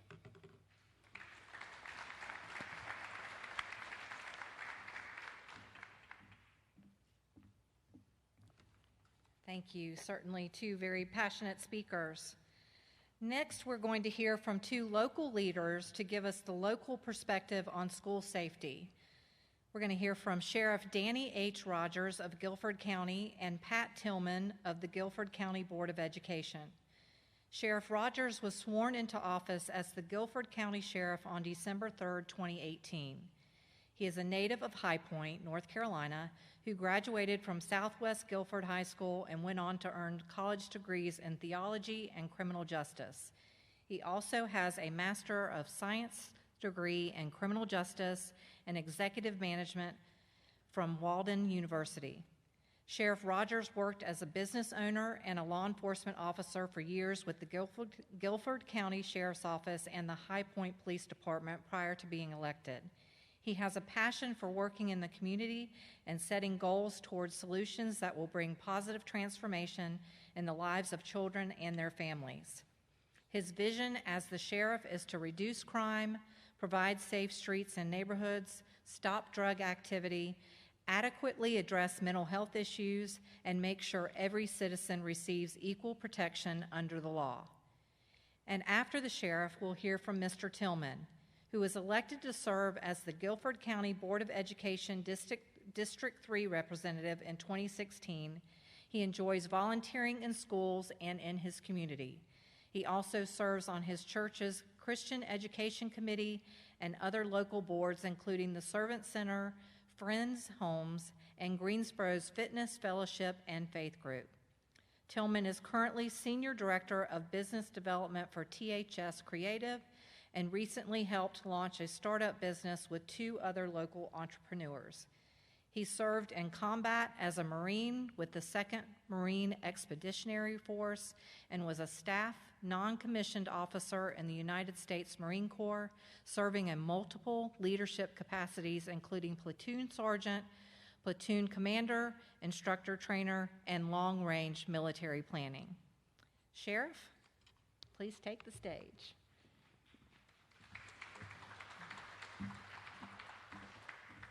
Good afternoon. It is an honor and a privilege to stand here before you today as a sheriff of Guilford County. But before that, it is an honor and a privilege to stand here before you to say, hey, I have and I can personally say that I've seen a lot of that, the things that we've been talking about, the educational pieces and the tools that I've experienced those things myself as a kid coming through. So I am very grateful to be able to say, hey, my mother, Charlene Jones, who was the the person who took no nonsense, kept me in check. And the schools that we was in at the time was doing some of the same things that we're doing now, but didn't know how to put it together. So I want to say I'm very grateful for everything that's going on today, that's been started since 2012, 2013. And I look forward to the school project to continue to move forward, the Justice Project to move forward with these young men and women that have been facing some issues. I tell them all the time, mental health is real. We have to get to the root problem, find out what's going on with our youth. Every child in the state of North Carolina, in the Guilford County area, I actually take a privilege in trying to make sure that I can help. Love to be able to help everybody throughout the United States of America.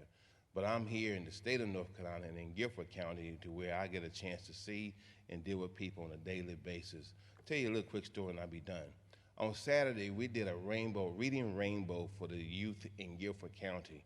Now, honestly, they did not promote it correctly like they should have. They said the sheriff is be reading to the youth at the jail. Well, that wasn't what was told.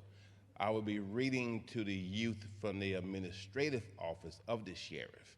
So nevertheless, we had 23 children to come up with their parents. As they came up, began to start coming in, and I got a chance to meet with them individually, with their parents, talk with them about the rainbow. Anybody remember the rainbow in the sky when you was a kid, and you saw the rainbow because it rained and the sun came out, and they told you the story about the pot of gold?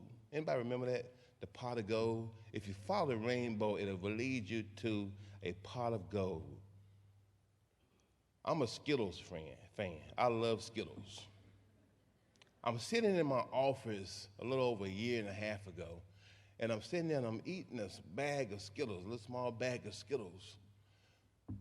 And it dawned on me, Skittles remind me of the rainbow. The rainbow. I remember the story of the rainbow. Follow the rainbow and you will come to a pot of gold. And as I sat there, I began to realize that rainbow was over me as that pot of gold. Didn't quite understand it, but I got a chance to understand it the more every day I continue to move forward. I shared that story with the youth on Saturday, and I asked them, or I made sure that they understood, the next time you see a rainbow, because you will see a rainbow, you are that pot of gold. You are that prize, that reward. The only thing that I will challenge people to do, and I challenge the children, is to continue to realize that as you understand that you are that pot of gold, continue to stay focused and realize that you can get through. So I want to say I thank North Carolina for what you're doing. Judge Copeland, I thank you very much for what you all have done. And Ms. Latoya, I thank you all very much for everything. Where's Mr. Lassiter? Thank you very much. I mean that. And Vic Maynard, I can't go anywhere without your name not being mentioned, so I'm very grateful for all that you've done. Thank you all very much. Have a great afternoon.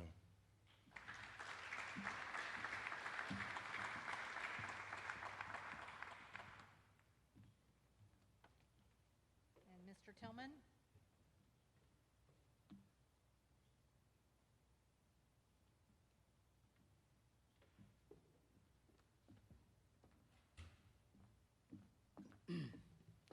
Good afternoon, everyone. Thank you for having me. And just very quickly, what a pleasure and honor it is to be with you today. In addition to the honor of being with you today, I want to give some special thanks out there to Deputy Secretary Lassiter for your leadership and guidance. I've had the pleasure of sitting on the North Carolina Safe Schools Task Force Board, and it is in part why I'm here with you today. And I'm also just going to say, everyone on this list, I don't want to start naming names, but it's a pleasure to be with such great thought leaders and what I call virtuous leaders that I believe those in this room and beyond can make a positive difference in our children's lives. And I've also noticed my phone keeps going off. There's a speed trap still in here. I don't know if all the law enforcement, maybe that's why you're... but huge thanks to our law enforcement, Sheriff Rogers, our police, SROs, and first responders. And in particular, on behalf of our 72,000 plus students in Guilford County, spread out over 125 schools, our Board of Education, which I have the pleasure of serving on here in Guilford County, our superintendent, Madam Sharon Contreras, and I do want to recognize our Guilford County school support officers and safety and security personnel. Please stand up, and if we can give those folks a round of applause.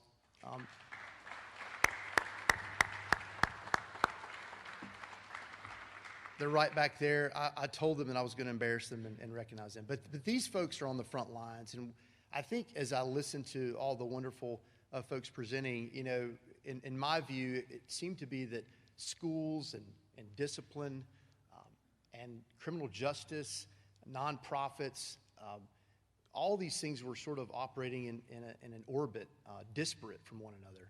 And I think what I've learned today, particularly being on the Safe Schools Task Force and my service to this county on the Board of Ed, is that those have all have begun to align. And I think that's what we're seeing, and I encourage everyone to continue to accelerating in that effort, and I know that we will. Very quickly, I'm just going to give you a quick snapshot of some sort of more tactical things that we're doing here in Guilford County that may be of interest to you. Currently, as it relates to school security and safety and the well-being of our children. Currently, we're working on access controls, which is rekeying all exterior doors, fob access on certain doors, and camera buzzer system on all of our doors. We're roughly about 80% of completion on that. And again, that's 125 schools, so we're getting close to the finish line there. Our plan is to use some of the ESSER funds that many are aware of for district-wide voice over internet protocol phone systems and intercom upgrades at all of our schools. Our Board of Commissioners a couple of years ago approved by way of a 2/3 bond about $10 million to help support some of those efforts. We know that that's not nearly enough for these security elements that we wish to do, but it was certainly a step in the right direction. Right now, we've got an RFP to put the most current technology cameras on all of our buses. We've completed the radio frequency study, as many of you are aware of, which is the most technologically advanced communication system, so that in the event of an active shooter, we have the communication tools that we so desperately need. And that includes our first responder radio coverage systems.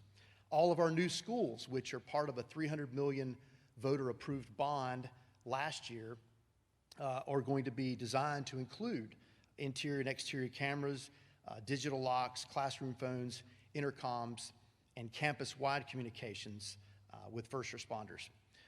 In addition, the plan is to update all of our facilities to include these items as we go through our facilities master plan, and ideally have another bond initiative on the ballot within the next year or two. We also know that safety and security does not begin and end with hardware, software, cameras, or communication systems. We've heard at length today, and rightfully so, about the mental health and emotional intelligence challenges that we all face in the classroom as parents. I have 3 children, all in public school currently, and so I'm in the trenches with each one of you. Part of our sort of holistic effort is not only protection and prevention and lockdown drills, and I'll draw your attention to just 3 years ago as a great illustration of on-the-ground, really create a miracle that happened at Smith High School, which is really about 10, 12 minutes from here as the crow flies, with the help of Assistant Principal LaShanti Hines, behavioral specialist Patrick Jordan, and Officer D.K. Evans. Those 3 people prevented a Sandy Hook. Those 3 people, with their efforts, training, and understanding of situational awareness in a very dangerous event. A gentleman had 2 pistols that were drawn, and those 3 people relied on their training and relied on one another to prevent a Marjorie Stoneman, to prevent a Sandy Hook, and I could go on down the line. And so, again, going back to not just prevention and protection, but also effective responses and how we build capacity in the aftermath. The amount of mental health and resources that were poured into that school and for those children was miraculous. And we need more of that. And I'll draw your attention to what I believe is a crown jewel in the state of North Carolina, not just here in Guilford County, and that is our new behavioral health center that not only addresses adults, but also has a children's wing, which is so desperately needed. That was an effort that was 4 or 5 years in the making with the work with Cone Health, the Sandhills group, Sandhills Center, and our Guilford County elected officials. And that, ladies and gentlemen, if you've not had an opportunity to visit, I encourage you to do so. And it's our new behavioral mental health system. So that tied in with our school system is, I believe, the pathway for success. And these whole child safety measures are even more important as we've learned. And that begins with neighbors, SROs, classroom teachers, the students themselves, parents, coaches, administrators. Again, it is a whole child effort. And my challenge today is for us to continue to lean in and accelerate in the safety and welfare of our children. And on behalf of the Guilford County Board of Education, our wonderful staff, the superintendent, I thank you for being here today. Welcome to Greensboro. I hope you get a chance to find some opportunities to recreate while you're here, and it's a pleasure serving you. Thank you very much.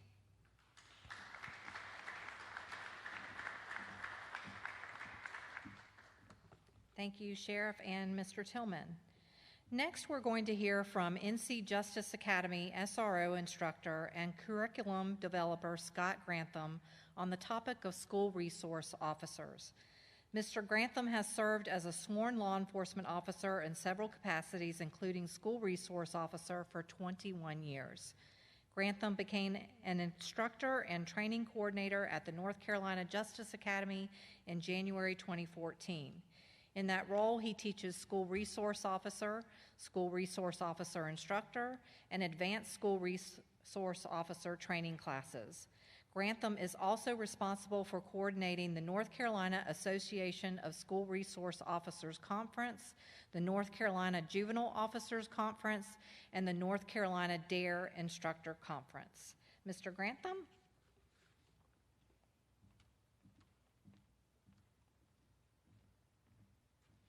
Good afternoon. I don't have to do better than that. Good afternoon. I can't hardly see y'all, but I know there's a few of you in here. I'm going to probably struggle to stay behind this podium. I didn't realize I would be stuck behind the microphone and not moving around, so I probably shouldn't have drank that monster on the way down here over the past couple hours. No, my name's Scott Grantham, and I do work for the North Carolina Justice Academy. And for those of you who don't know what the Academy is, we have 2 campuses, one located in Salemburg, which is our eastern campus, and one located in the west, out in Henderson County, which is our Edneyville campus. And we do various different law enforcement trainings, including the topic that we're talking about today, which is school resource officer training. I've been at the Academy for about 7.5 years, basically doing only SRO training.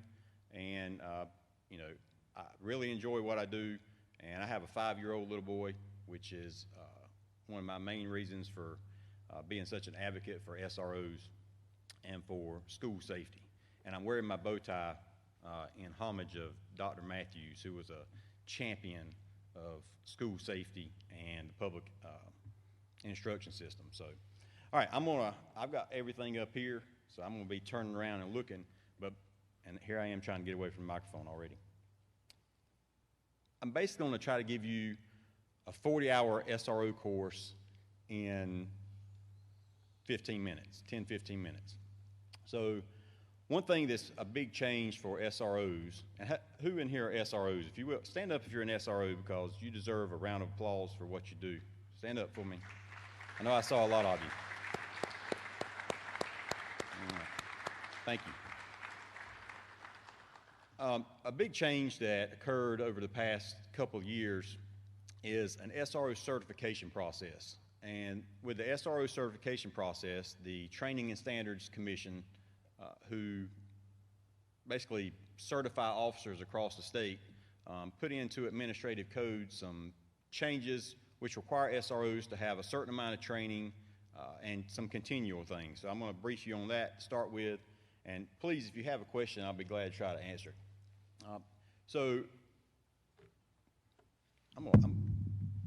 This is probably not, since I'm the only one up here, I'm just going to have to do this. Hopefully nobody gets mad at me. And I know what's going to happen if I get in front of that speaker. SRO training is required of anyone who works in a school for 12 or more weeks out of a year for 20 or more hours a week. All right, so someone who just gets put in a school for a week to fill in doesn't necessarily have to have SRO training, but it's a good idea, obviously. And you can see there are several things, dealing with school safety, and I'm not going to read off the PowerPoint for you, but there's some other things that are listed in administrative code. A couple of the big things that are changes were, one, you have to have a general certificate in order to be assigned as an SRO now. And in order to get a general certificate, you have to be a sworn officer for at least 1 year. So that's a good change, where we're not taking someone straight out of basic law enforcement training, throwing them in a school, and expecting them to have some experience under their belt to be able to address issues in the school. Also, prior to this change, SROs were not required to actually have any specific SRO training. With the new administrative code rules, SROs are required to attend at least the basic 40-hour SRO course that's authored by the Justice Academy. And I'll talk a little bit more about that later. Let's see. If an SRO is assigned because sometimes, sheriffs and chiefs, they're going to need to assign somebody as a school resource officer pretty quick. Somebody leaves, somebody transfers. So SROs are given up to a year in order to take that training, but they have to have that within that first year, or else they have to be pulled out of the school and they can't operate as an SRO. And then SROs prior to 2019, 2020, if they had attended the basic SRO training already and had continually been assigned as an SRO in a school, they're sort of grandfathered in. However, if they had any lapse or it had been a year since their training, before they were assigned as an SRO, they would then have to turn around and take the basic course again. I can tell you I've had a lot of folks come back through training. I've got a class going on this week, but 2 weeks ago I had an SRO of 16 years from Henderson County who was taking the training again, and while I didn't expect to really teach him anything, because he's been doing the SRO thing for longer than I have, he said he did pick up on several things and he was appreciative of the course. So we can all learn all the time. I already talked about that. You can't, if you don't have the training and you're assigned as an SRO, you cannot continue to work in the school. Training and Standards is not going to allow that. So in order for them to keep up with that, Training and Standards requires that all SROs be reported to them. And there's a form, the F-20 form, that each agency has to fill out on their SROs. And that form contains basic demographics as well as when they attended SRO training, when they were assigned as an SRO, what school they're assigned, and copies of certificates to validate that. So there is some mandatory reporting that comes along with being certified as an SRO. As far as the term of certification, the certification is actually indefinite, provided that they are assigned as an SRO within a year and they take refresher training. That was something new as well that started this year. 2021 was our first year for actually having SRO refresher training. From this point forward, every year, SROs that want to remain certified would have to attend a 1-hour in-service training on various topics. This year's topic is procedural justice and various biases. Next year's topic is going to be on interview, interrogation, type question or cases and case law because of some new changes that have happened for SROs in recent months. And whenever these changes came about, obviously I'm only one person at the academy that teaches SRO. I couldn't teach all these SROs. We started a SRO instructor program or train the trainer program where folks who are certified as general instructors who have attended and completed the 40-hour basic SRO class can come and take a SRO instructor course, and then once they complete that, be able to take our curriculum, take our book, go out and teach that at their community colleges, in their departments, or wherever they see fit. And that's something that's been pretty hot going on. I know Wilson County's got a class going right now. I'm not sure if Guilford has one right now, but I know they just have one or are fixing to have one. So a lot of these SRO trainings are now taking place outside the academy, but by certified instructors using the basic curriculum that the academy and stakeholders write. All right, now diving into what is in SRO training, because that's sort of important to know what these SROs are getting. And SROs are hybrid officers. You know, it's not, you can't, I'm not going to say you can't take a patrol officer and throw them in the school. You can, but there's so many different aspects that someone who's assigned in the school needs to recognize and be able to adapt to, whereas regular patrol officers who have received basic law enforcement training may not be able to understand. So these are the roles, and I'm going to break each one of them down. So on the roles of the SRO, the things we talk about are obviously the definition and the history of SROs. And the history of SRO started back in the 1950s in Flint, Michigan, and it started because of racial tensions and a negative police image. Does anybody think that there are racial tensions and a negative police image in 2021? I can't hardly see you, but I assume there's a lot of head nodding. I hope there is, because we do have those issues. And it was started to build relationships with students. It was not started, and it's still not out there, to be the disciplinarian in the school, to stand in the place of the principal or anything like that. That's not what the program's about. It's about building positive relationships with juveniles. So there's a triad concept of the role of the SRO, which is law enforcement officer. So just because an officer gets put into a school does not mean they lose their law enforcement authority. They actually gain some authority if they understand certain cases and case law that's out there. Then you have educator and mentor. So our SROs go in and teach various things in classrooms, as well as probably one of the biggest aspects is being a mentor. Because I think we all know there are children in our school system that don't know where they're going to lay their head down at night. They don't know where their next meal is going to come from. They don't have a lot of people to talk to. And that SRO is constantly trying to strive to be empathetic and understanding of what these kids are going through, and be, for lack of better terms, a shoulder they can lean on or an ear they can talk into, which is ultimately what SROs are trying to do. We also talk about the goals of the program. We talk about cultural diversity within schools, because the school system obviously has a very diverse population. Procedural justice and the 4 different types of bias and how they can affect us as SROs in our decision making. And then some strategies for new SROs, strategies about how to approach and talk with administrators, programs they can start, things like that. Our second topic, or the next topic, is obviously legal issues. It's very important that we talk about legal issues, because the last thing we want to do is violate someone's rights or get in trouble for doing something wrong. I don't know about you, but I love Scott. I probably love Scott more than anybody else in this room, and the last thing I want to do is get in trouble. So we talk about reasonable suspicion and students' right to privacy, various cases that are SRO specific, and we apply those to various scenarios, generalized versus individualized suspicion, special search issues like entry point searches. Some school systems will do, metal detectors, maybe not at the front door, but for games, Some actually do them, entry searches at various schools for just coming in. So our legal section talks about those things.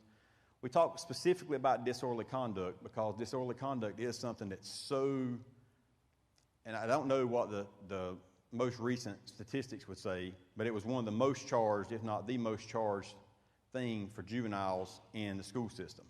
And trying to make sure the SROs understand that disorderly conduct doesn't just mean some kid jumping up and, throwing his papers off his desk and telling the, teacher to kick sand and running out of the classroom. That may not constitute disorderly conduct. And there's some cases that we use to try to gain better understanding of that. Obviously, we talk about Miranda, custody, interrogation, interview techniques, and then the mandatory reportable offenses that school administrators are required to report to law enforcement and make sure they understand what those are. The education block, we talk about student learning preferences and different teaching methods. So whenever SROs are going into a classroom to talk with students, they have a good understanding of what type of presentation they need to put together. We talk about distracting mannerisms to avoid when you're presenting, some things that I probably am doing up here now. Training aids and best practices, because you got learners are kinesthetic, visual, auditory, so you don't want to just be a lecturer. Especially when you're talking with kids, they're like me. You got to be moving around. You got to be doing other things to keep their attention. And then lastly, all SROs that attend training have to present a 10 to 15 minute presentation on some topic that they find appropriate for K through 12 school kids. So they get up and they present that 10 to 15 minute topic at the end of the class. And we grade them on their presentation style as well as the topic they choose. Gang awareness, this is sort of Gangs 101 in SRO. We talk about different definitions as well as some general statutes that are in the Gang Suppression Act that are specific to juveniles. We talk about statistics, the 5 levels of gang activity, risk factors for youth. Some schools, the risk factors are much higher than other schools simply because of the location where the school is and the community itself. And then some gang suppression tactics, things that SROs can do in working with their schools to try to suppress and weed out as much of the gang activity as possible. Exceptional children is a big part of the SRO program. We talk about the IDEA Act, which is the Individuals with Disability Act, talk about all the different disabilities that are out there and how SROs may be impacted in dealing with someone with one of these disabilities, as well as some strategies for building that relationship with children that actually have disabilities. We also talk about IEPs, individualized education programs. For my first couple of years as an SRO, I heard IEP, IEP, IEP, and I was like, what is that? I had no idea what it was. I knew it was some sort of meeting because I heard IEP meeting, but I didn't know what it was designed for. So now, in SRO training, we make sure that we explain what IEPs are. We also talk about crisis intervention, de-escalation techniques, traumatic stress reactions in youth, and we have to go over FERPA because it is a big part of SRO's daily interactions and investigations. Juvenile mental health. We do risk factors, warning signs for suicidal adolescents, types of child abuse, 4 types of child abuse, dating violence, and we talk briefly, because I'm no psychologist or anything, about adolescent brains and the way they differ from adult brains. And our last block is campus safety and critical incident response, where we talk about lessons learned from various things. We really dive into Parkland, Sandy Hook.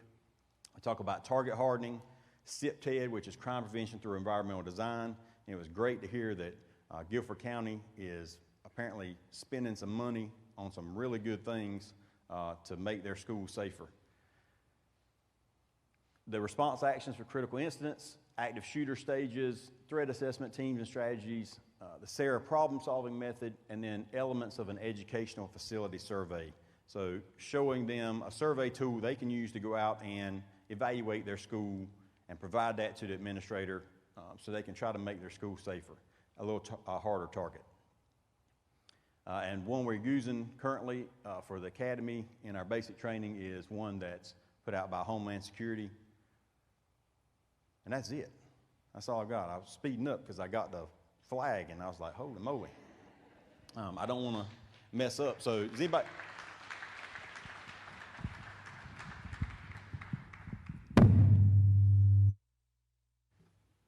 If anybody has any questions, I'll be glad to try to answer them, and I'll be here. So catch me or one of those people that were standing up. They can answer a lot of your questions about SROs. All right, thanks. Thank you, Mr. Grantham. Next, we're going to hear from two legislators who are going to provide us an update on school safety legislation. First is going to be Representative John Torbett. Representative Torbett was elected to his sixth term as representative of the 108th District in Gaston County last November. His committee work spans a myriad of complex issues where he applies his strengths and focus for the people of the 108th District and those throughout North Carolina. He is proud of his work as a previous chair of the School Safety Committee. And then next we will have Representative Ashton Clemens. Dr. Ashton Clemens has always had a passion for serving the people of the state she proudly calls home. Dr. Clemens was reelected to serve in North Carolina's 57th House District on November 3rd, 2020, and sworn into office in January of this year. During her time in Raleigh, Representative Clemens has been appointed to the Commerce, Education K-12, Education, Community Colleges, Finance and Marine Resources, and Aquaculture committees. She also serves as Early Childhood Caucus co-chair. Representative Torbett.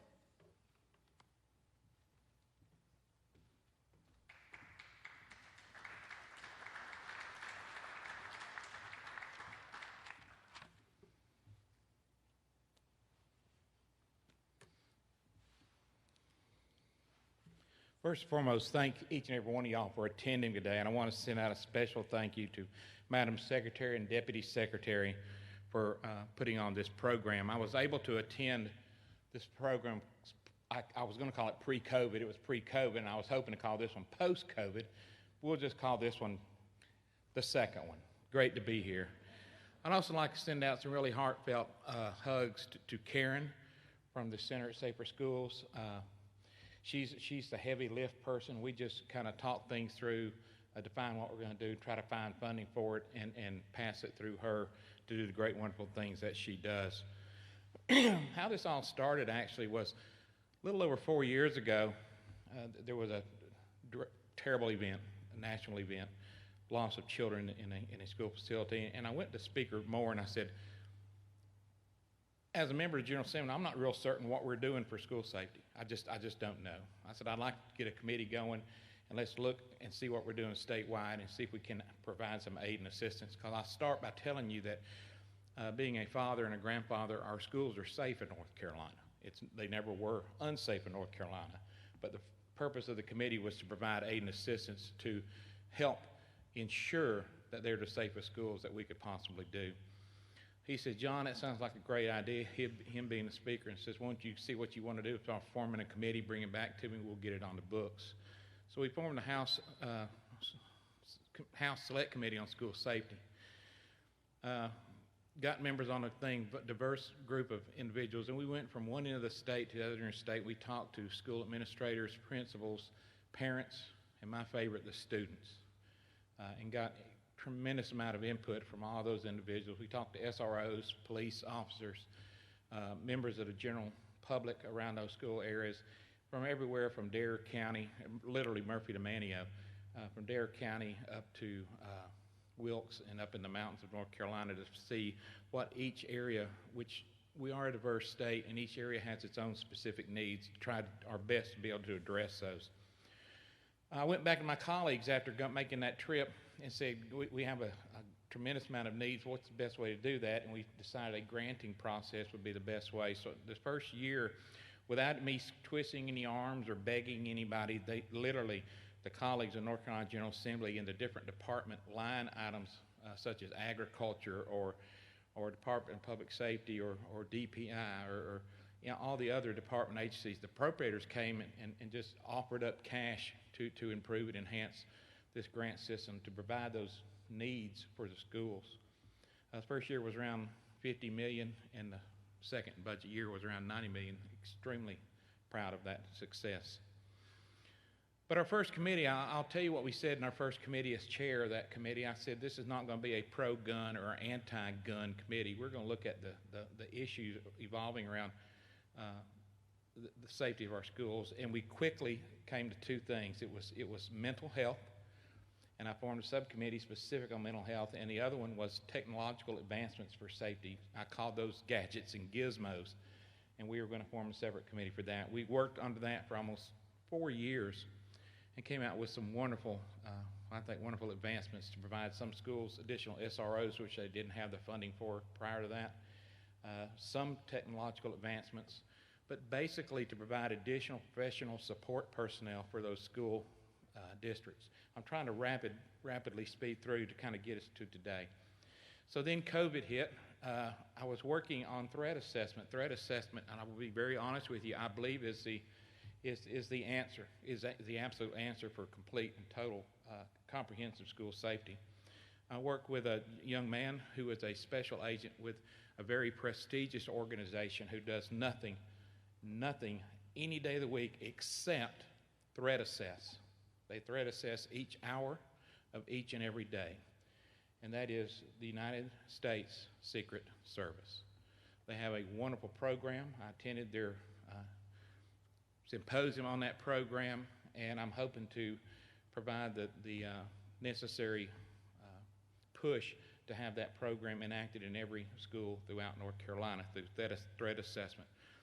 There are many of us that believe in the proper application of threat assessing with the effort to focus on trying to find the need a child has and help that child overcome that early need and to find it early and get that child back on a corrective path and make them exemplary throughout the rest of their life. That if we do our job well through the threat assessment, very possibly there wouldn't be something 20 or 30 years from now, such as a Vegas shooter from some years ago.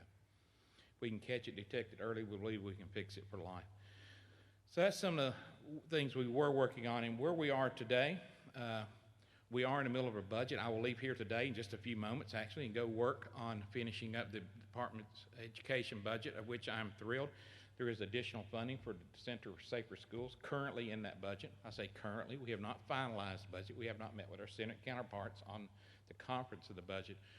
But the House budget includes additional staffing for the Center for Safer Schools, as well as something I'll just leave it alone for right now, but it'd be very exciting for the future of North Carolina on the proper training and adequate training, not only for SROs and police officers throughout North Carolina, but also for the rest of the country. As we understand it, would be the very first one and only one available. Some of the other things we're working on, we do believe in disciplining in schools. We know there's a proper thing of discipline. Well, what we can't do is ignore. We can't ignore discipline in our schools. We have to focus on that as well. We talked about threat assessing. All that is yet to come out in the budget. It will hopefully be coming this coming week. You should have access to what the House has proposed for the budget. And then next week we'll be working with our Senate counterparts, hopefully on conferencing the budget. And hopefully the target is at the end of August. You will have an action budget. And I trust that we'll be prevalent and we will be strong and we will hold for what we need to, especially when it comes to school safety of our kids. I'm a grandpa. I owe it to my grandkids, just as my grandparents made it better for me. We should leave it better for them, and never, ever, ever should we have an education system that speaks on divisiveness. But we should have an education system that unites each and every one of us. Thank you very much for your time.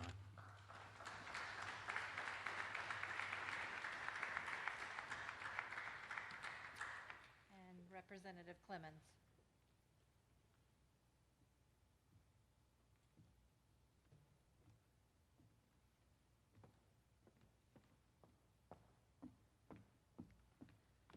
Good afternoon. Good afternoon. What was not part of my introduction is that I'm a kindergarten, first and second grade teacher by training, and was an elementary school principal here in Guilford County for 8 years, and then an assistant superintendent before joining the General Assembly in 2019. So I am glad to be with you today. I join you today as a mom who will send 3 elementary school kids to school on Monday. They begin. A teacher who worked hard with school resource officers to build relationships in children where I knew that their mentorship would change that child's life. And I was a school principal who, on active shooter situation where we had an active shooter about a quarter mile from our school, after our school was on lockdown, I was the person responsible to walk down the hall and check the doors that they were locked and look for the green cards to make sure all the children were where they were supposed to be. So I feel this topic of school safety in all of those roles, as a mom, as a teacher, and as a principal who felt the direct responsibility, like so many of you who are in our schools every day, for keeping our children safe. Truly, there is nothing more important than we can do. So much of what we talk about in education is second to whether our children and their families are safe in our buildings. And Representative Torbett has unquestionably been the leader on this work in the North Carolina House and in the General Assembly, particularly in the past 4 years. And he and Speaker Moore should be commended for having the foresight and willingness to create a select committee to look at this challenge and how we support our schools in a changing world that at times feels quite tumultuous and stressful for many of our children and the teachers and the families that our schools serve.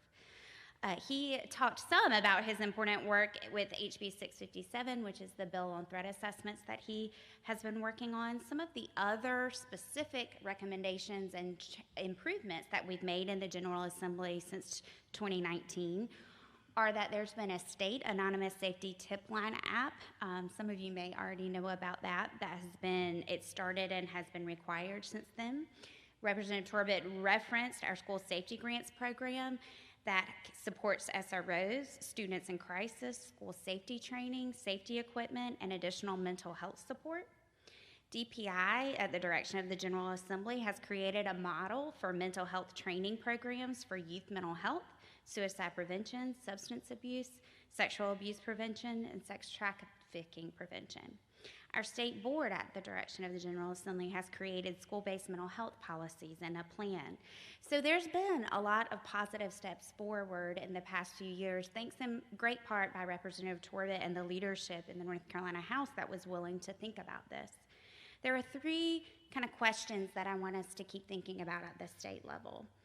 When I was a school principal here in Guilford County, I had a student that I'm going to call John, and John was living in and out of homelessness. He lived in a motel at times. He lived on the couch of his grandma at times, a 4th grade student, and he was diagnosed with some serious psychotic issues. And as you can imagine, with a single mom and 6 kids who are in and out of homelessness, his consistency on taking his medication every day to prevent him from being in a dangerous place was not what it should be. And so as the school principal, many times we could tell when John got off the bus immediately, was it going to be a day where he was in a good place, he had had his medication, he had had some stability the night, or was it going to be a place where he was in a dangerous place? And we had plans at our school, and we did what we could. We worked with our social worker and our nurse and our guidance counselor and built relationships with John and his mom, and we did a lot of work. And even with all of that, there were days where we couldn't meet John's needs at our school. We could not keep him and everyone else safe with him being in our building. And in those worst days, when we had no other options, we used and had to use our emergency room in Guilford County. And so for me, as an educator, I did everything I could to prevent that. And there were still times where that was needed. And I knew that that was our last resort, but that at that time, he could get what he needed in the emergency room. Well, when I was first elected to office, I went to an emergency room, and I spent the day with the head of the pediatric ER at this very large hospital in our area, so that I could learn about healthcare and its impacts on our children firsthand. And I asked him, if there was one magic wand you had, what would it be? And he said, you know, kids come to us with such severe mental health issues, and we don't have what we need to help them here at the hospital. And my heart kind of sunk, because when I felt that way as an educator, I turned to the hospital. And what I heard back from the hospital was they also felt that same way. So it sounds like that mental health has been something we've talked about here today, but it must be forefront if we're truly going to keep our children and their families and our schools safe.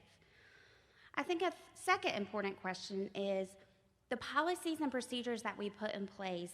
We have to think about the impact on those on our most vulnerable children. So when John was in a state because he had not had his medicine or whatever other issues were going on, how do I help him and that student? I believe fervently that we cannot suspend our way out of mental health or psychotic issues or many problems that our families are having. So we have to think about that. And thirdly, I'm glad to hear from Representative Torbett that we should have a budget this week. That's good news for us in the General Assembly. And we have to think about whether we are investing in our children and our schools in a way that honors a value that each child in each of our schools deserves the same opportunity for a safe education. So it's great we've had these starting grant programs, and that's the starting point because every child in our state deserves what those grant opportunities offer. So those are some great strides that have been made and some things I hope we'll continue to work on at the state level. And I am truly grateful for people like Representative Torbett that continue to push for those at the state level, and happy to join him in that work. So thank you so much for all you do, particularly here for those of you in Guilford County. Our kids will be with you on Monday. So thank you, and thank you for inviting me to join you.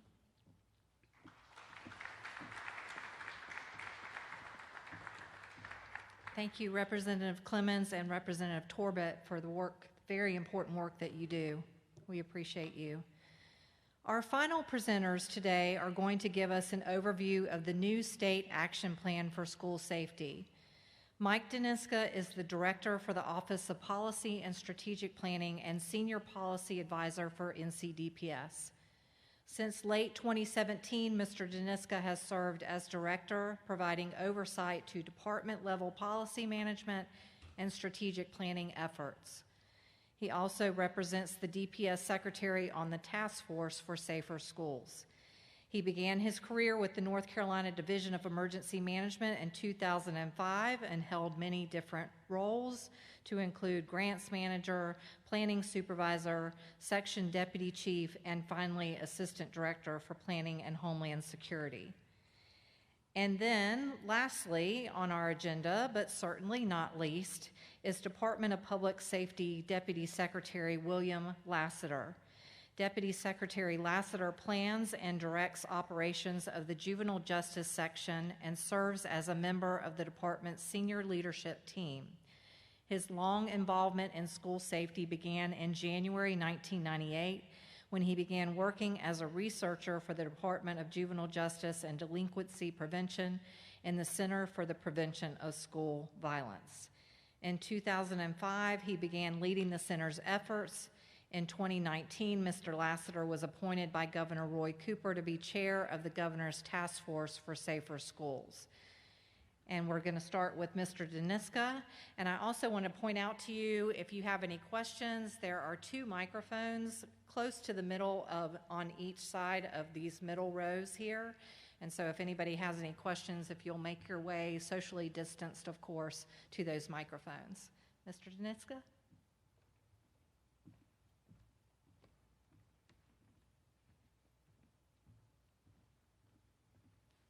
Okay, thank you, Pam, for that introduction. I have a PowerPoint this afternoon, so I'm going to try to multitask and hopefully not look behind myself too much. I do want to say I'm really excited to be here this afternoon.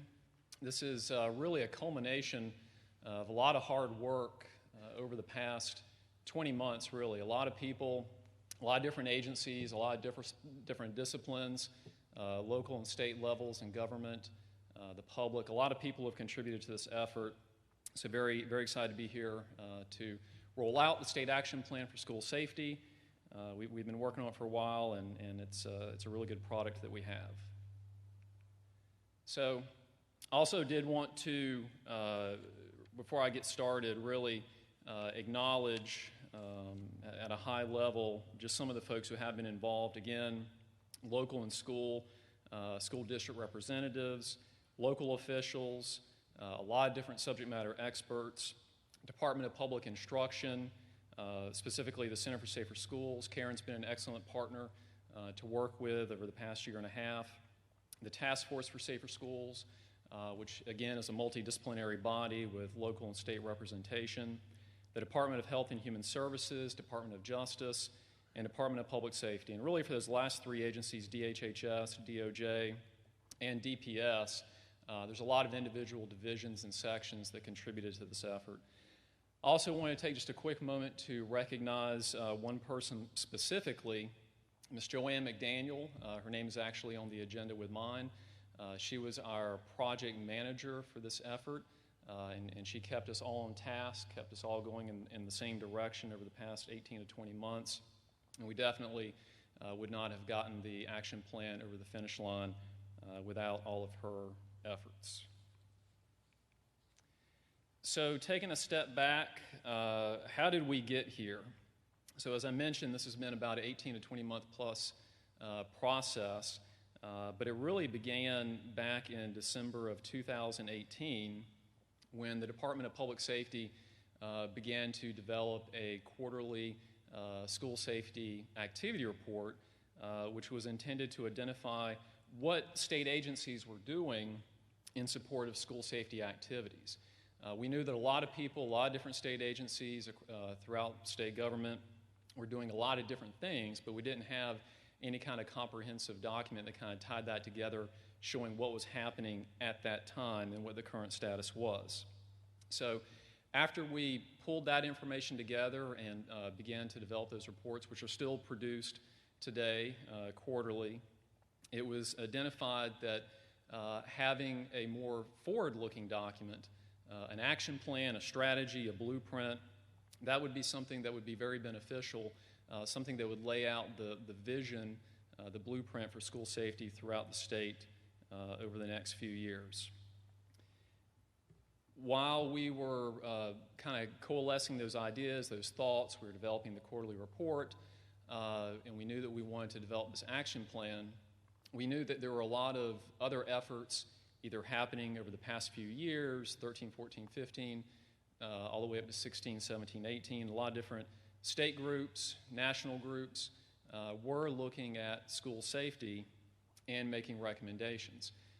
I think we've heard some of that earlier today. Representative Torbett talking about the House Select Committee, which made recommendations in 2018.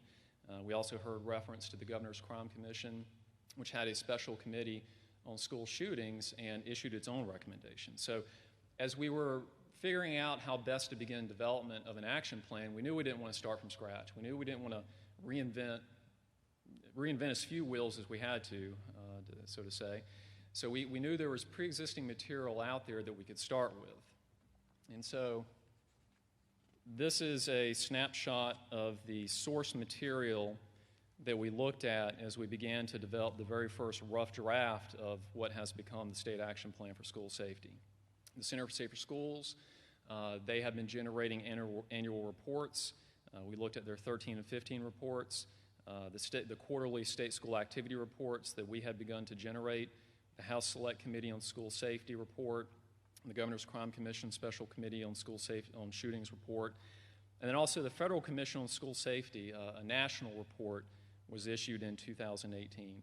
So we used these as the starting point, the building blocks for what was the initial draft state action plan for school safety.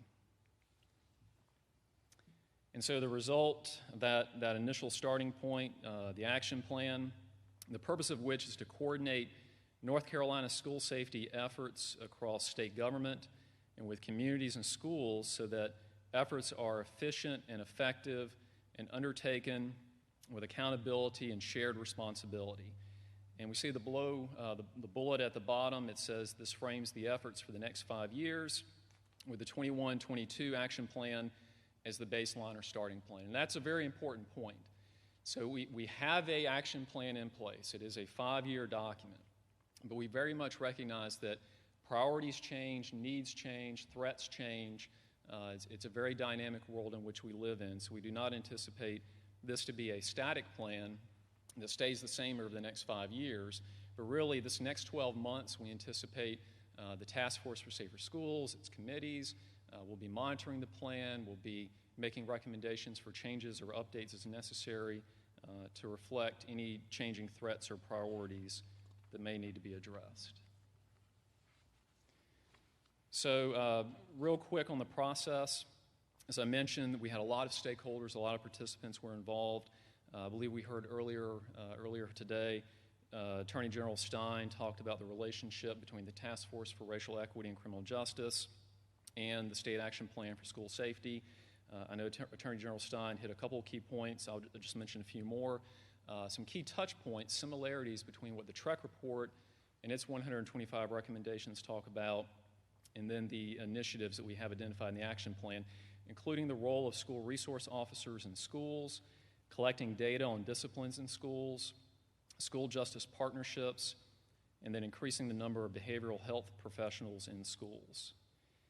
And from a process standpoint, we did all that work from 19, most of 2020 culminated with a presentation at the Task Force for Safer Schools, who endorsed it for implementation in 2021.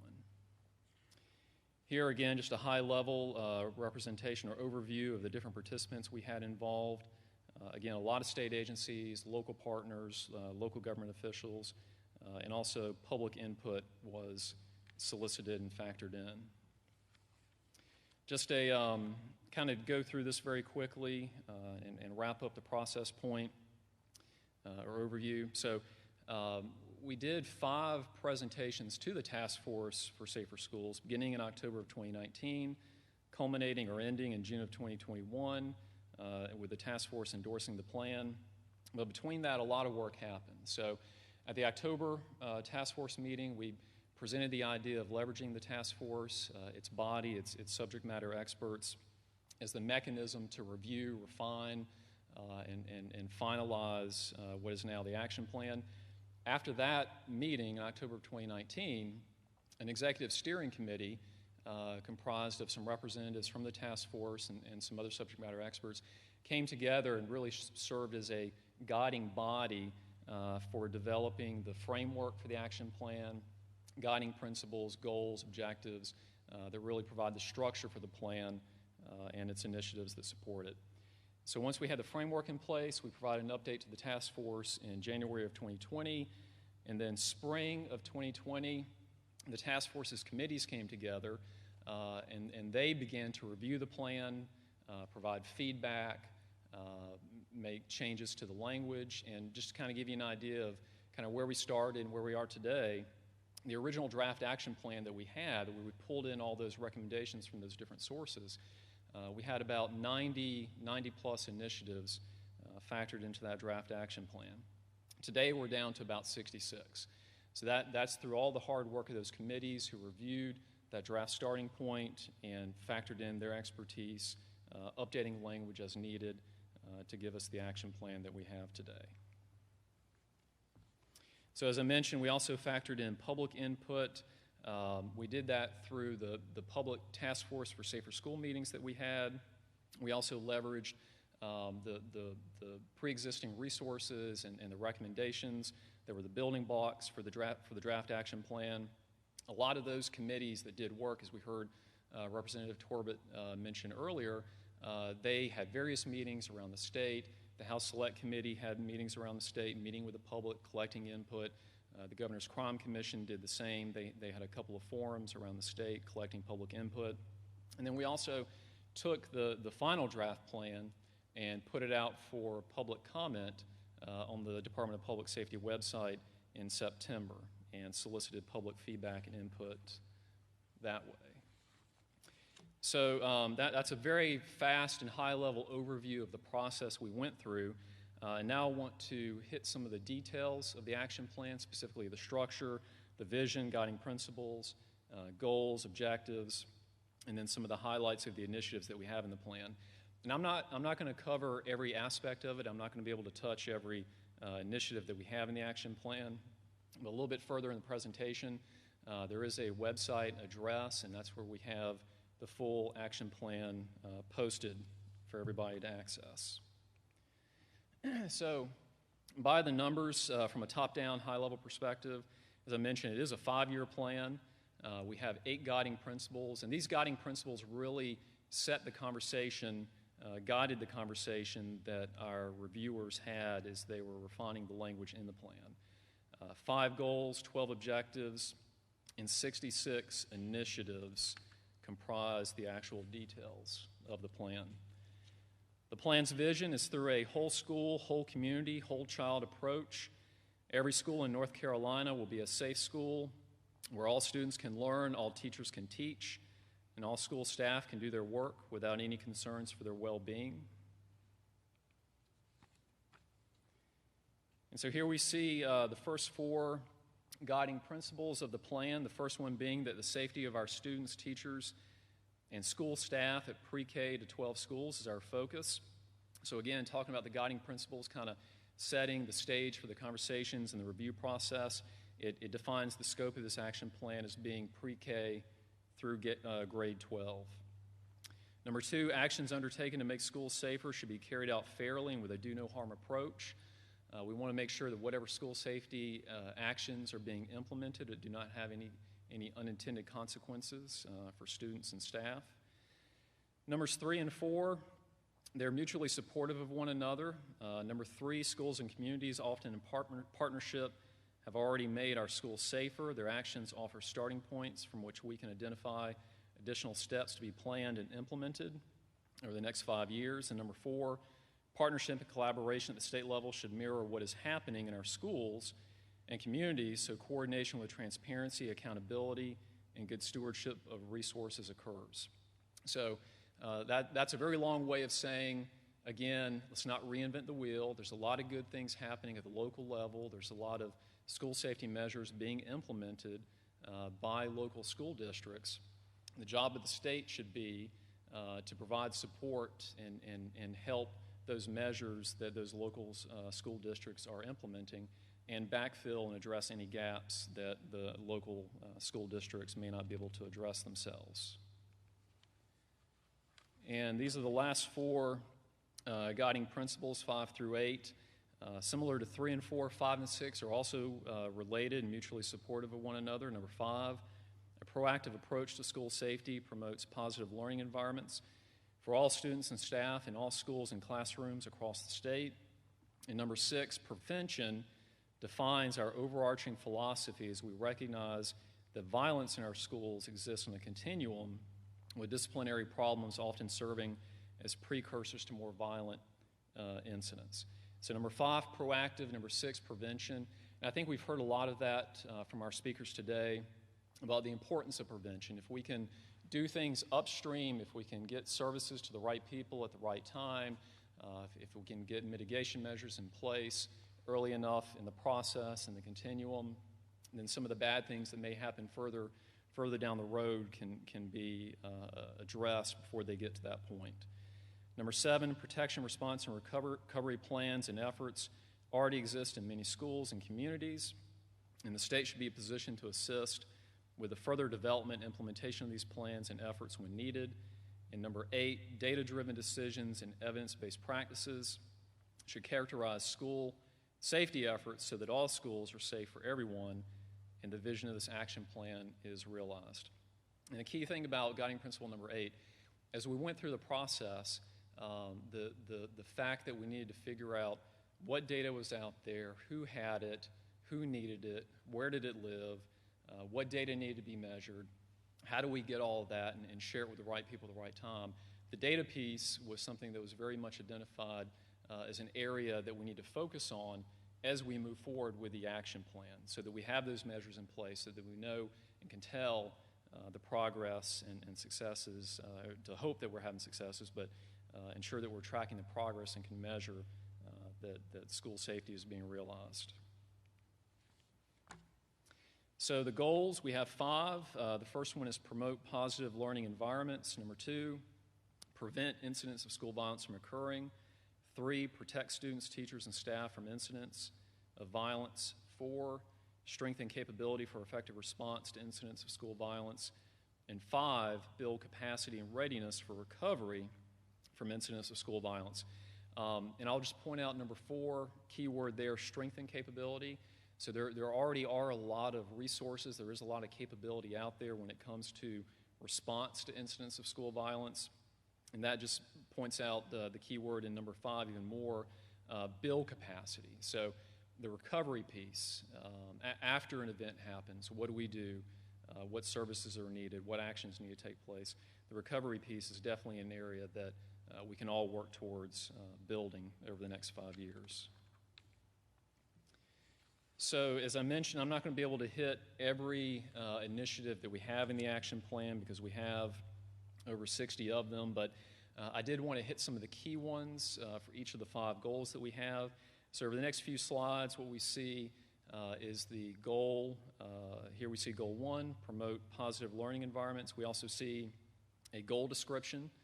The purpose of a school is learning. Positive learning environments must be in place for learning to take place. The promotion of positive learning environments is an essential first step in school safety efforts. And then we see an impact statement for where we want to be in 5 years. So 3 objectives support goal number 1. The first objective being to foster a positive climate. Number 2, implement effective strategies to address student misconduct and connect at-risk youth with appropriate services. And the third objective, expand access to mental and behavioral health resources for students. Several of the key initiatives that support these objectives and goal.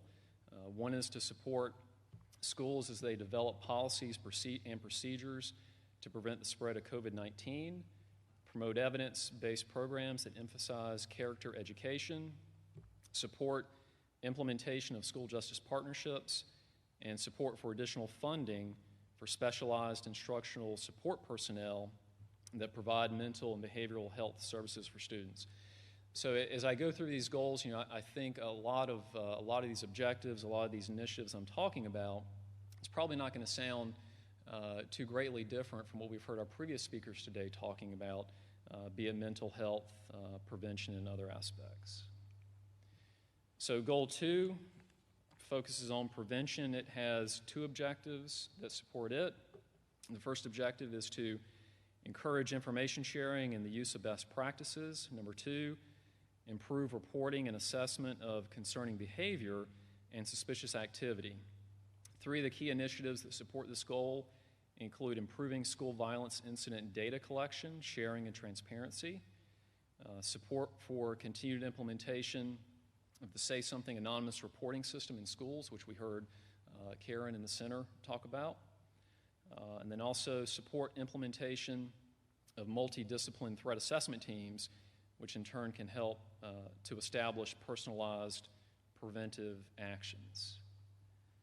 Goal number 3 has 3 objectives that support it. Number 1, enhance physical security and reduce unauthorized access to school campuses.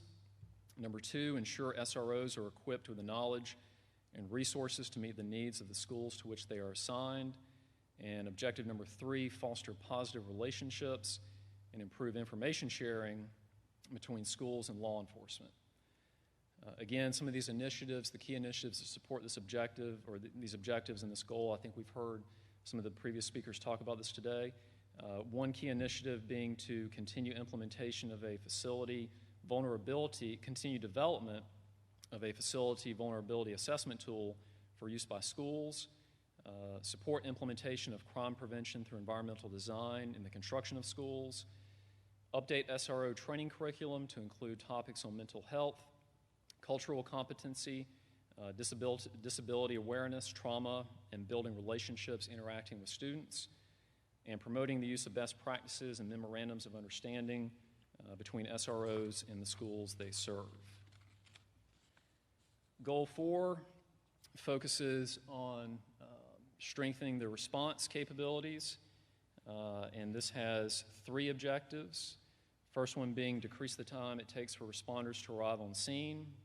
Number 2, implement active shooter preparedness and mitigation initiatives for school personnel. And the third objective being strengthen coordination between schools and responders.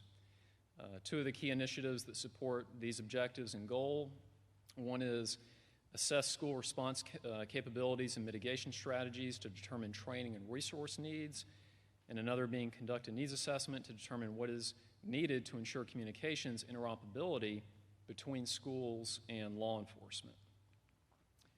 And then finally, the 5th goal, which is talking about building capacity and readiness with a focus on recovery.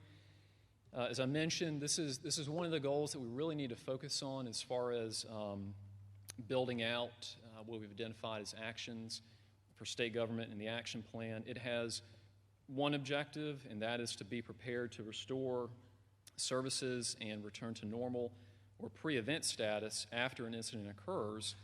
And two of the initiatives that are key in supporting this objective include developing guidance for communications during emergencies with specific attention paid to minimizing trauma, and also supporting implementation of after-action reports and corrective action planning post-incident. So with that, I've given you an overview of the process for developing the action plan, some of the key points included in the action plan. I'm now going to turn it over to Billy Lassiter, who is our Deputy Secretary for Juvenile Justice and Chair for the Task Force for Safer Schools. Thank you.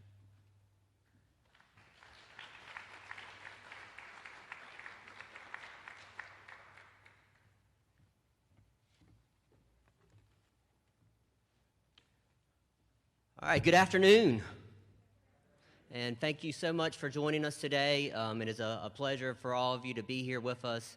I know it's been a full day of lots of content, and you'll notice from what Mike just presented, what's included in the state action plan are things that we wanted to highlight today. The initiatives that you heard about, from school resource officer training to the school justice partnerships, to the work that we're doing with mental health, to the work that the Center for Safer Schools is doing on the Say Something app. All of these are part of the action plan, and we're already moving forward. And so this is not a plan that will sit on a shelf. This is a plan that is in action right now and moving forward. And I really want to thank Mike Deniska and his shop, Elizabeth Musto and Joanne McDaniel, for the work that they have done to put the plan together. And so the members of the task force, several of them were here today that presented. Sheriff Rogers, Pat Tillman, who's the school board member here in Guilford County, are both on the task force, including Attorney General Josh Stein is also on the task force. So we want to thank all of them for their leadership. Scott Grantham often serves on that task force as an advisor to us also. And so a lot of the speakers that you heard from today are representative of what we're currently doing in the state of North Carolina. So the task force itself voted. This is what we voted on to support the action plan that you saw today. So part of it, the plan, as Mike said, was created through the task force, but other parts were also put together by executive steering committee. And so the task force as a whole endorsed this plan. And as Mike said, there's 66 initiatives in the plan. And I hope that after you get home today, that you'll, not necessarily today, you can do it tomorrow. You will go through the plan and look at it and discover all the different initiatives that are in there. And as Mike said, this is a living document. We want to update it. We want to change it. We want to put new initiatives in it as new things come about. But it is a 5-year plan that's going to put us in the right direction to making sure that our schools are the safest place that kids can go in their communities. And so we're really excited about the work that's in the plan that you've heard about today. I'm not going to go through each of the goals again, but what you want to know from the slide here is that we've actually organized the Task Force on Safer Schools into subcommittees that reflect each of the goals that Mike went over. And so what I want to encourage you today, if you're not here as a member of that task force, or this is the first time you've ever heard of the task force, is that we've got a place for you. We need your expertise, we need your knowledge, we need your experience to come and be part of the task force. So on one of these subcommittees, if you see one of these goals that it seems like something that would be interesting to you, I hope that you'll reach out to us and say that I'm interested in volunteering and being part of one of those subcommittees moving forward so that we can get your knowledge and experience as part of the plan moving forward. So the role of the task force itself is to actually implement the plan that Mike was just talking about, but also to monitor it and look for each of the objectives that you saw today, collect the data to make sure that we're moving forward and we're making progress on each of those goals. So the task force has been charged with doing that moving forward. And you can see that this is an ambitious plan, 66 initiatives, as Mike said, but it is all things that we're capable of doing moving forward. And we've got all the supporters that you saw today, the legislative members, the members of the executive branch, the members of the judiciary, the members of the Attorney General's office that have been part of this planning process, and we're really excited about the collaborative effort that's pulled everybody together to have this discussion in the state of North Carolina about how do we make schools safer for our kids and for our staff members. So ultimately, what we're doing here is reevaluating the plan and gathering the data that's needed to look at the plan and determine how effective it is moving forward. And so that's the goal of the task force, and again, we can use your help in being part of that.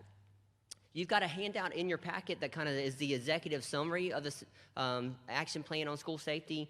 It has the little logo that you see right there on the top of it, but the actual plan itself is on our website, and you can get a copy of the full plan and see all the initiatives and all the goals that are included in the plan on the website, and I hope that you'll take the opportunity to check out the state action plan. We'll be glad to take questions about the plan, and these are people that you can reach out to directly to give us additional information and input that you may have on the state action plan itself. And I want to close with just a couple quick stories to end the day, because I know it's been a long and fruitful day and lots of conversations that have taken place throughout the day that are extremely important. But I'm going to start out by thanking my staff from Juvenile Justice that helped do the registration today, helped make sure that the logistics of today took place, make sure that we could meet all the new guidelines as they were changing on COVID. And so our staff has been extremely flexible, and I just really want to thank them for all the work that they've done, all my juvenile justice colleagues that made that happen. I want to thank Pam Walker, who's been our MC throughout the day and has done an excellent job of keeping us on track. Look at that, we're before 4:30, so we're looking good. And so I want to thank her for all the work that she's done. I want to thank Secretary Hooks, who is retired now, who actually set the vision out to have this school safety summit and also pushed us in the direction of putting together this action plan. I want to thank our interim secretary, Cassandra Hookstra, for her support today, and Jane Gilchrist for being here today as part of the conversation. So I want to thank lots of people, and I'm not going to go through the whole list, but I especially wanted to mention those folks. So what is the goal after today? The goal after today is PYP. What is PYP? It's play your position. All right, that came from my middle school football coach. And when I tried out for football, I was like most kids. I wanted to be who? The quarterback. Yeah, you want to be the quarterback. So I tried out for middle school football. And, you know, I weighed about 60 pounds. And I was pretty good at throwing the ball. But if you don't know me very well, I'm albino, which means I have really white skin, really white hair, but I also have bad vision. So I was really good at throwing the ball, and I completed it 9 out of 10 passes. The problem was 5 of those were to the wrong teammates. And my coach came up to me and he said, Billy, I need you to do something really important. I need you to PYP. I was like, all right, this is a special play for the quarterback to run. He said, PYP. PYP means play your position. I was like, all right, okay, I can play my position. You're saying I'm going to be quarterback, right? No, I've got a really important position for you to play. It turned out that was to be the water boy for the team. I didn't know that at the time, but all of us have a very important position to play.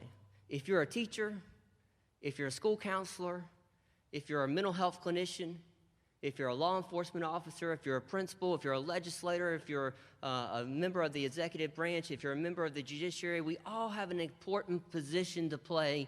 And if we all play our positions, we can create safer schools for our kids. What I want you to do is to look at the plan and say, where do I fit in?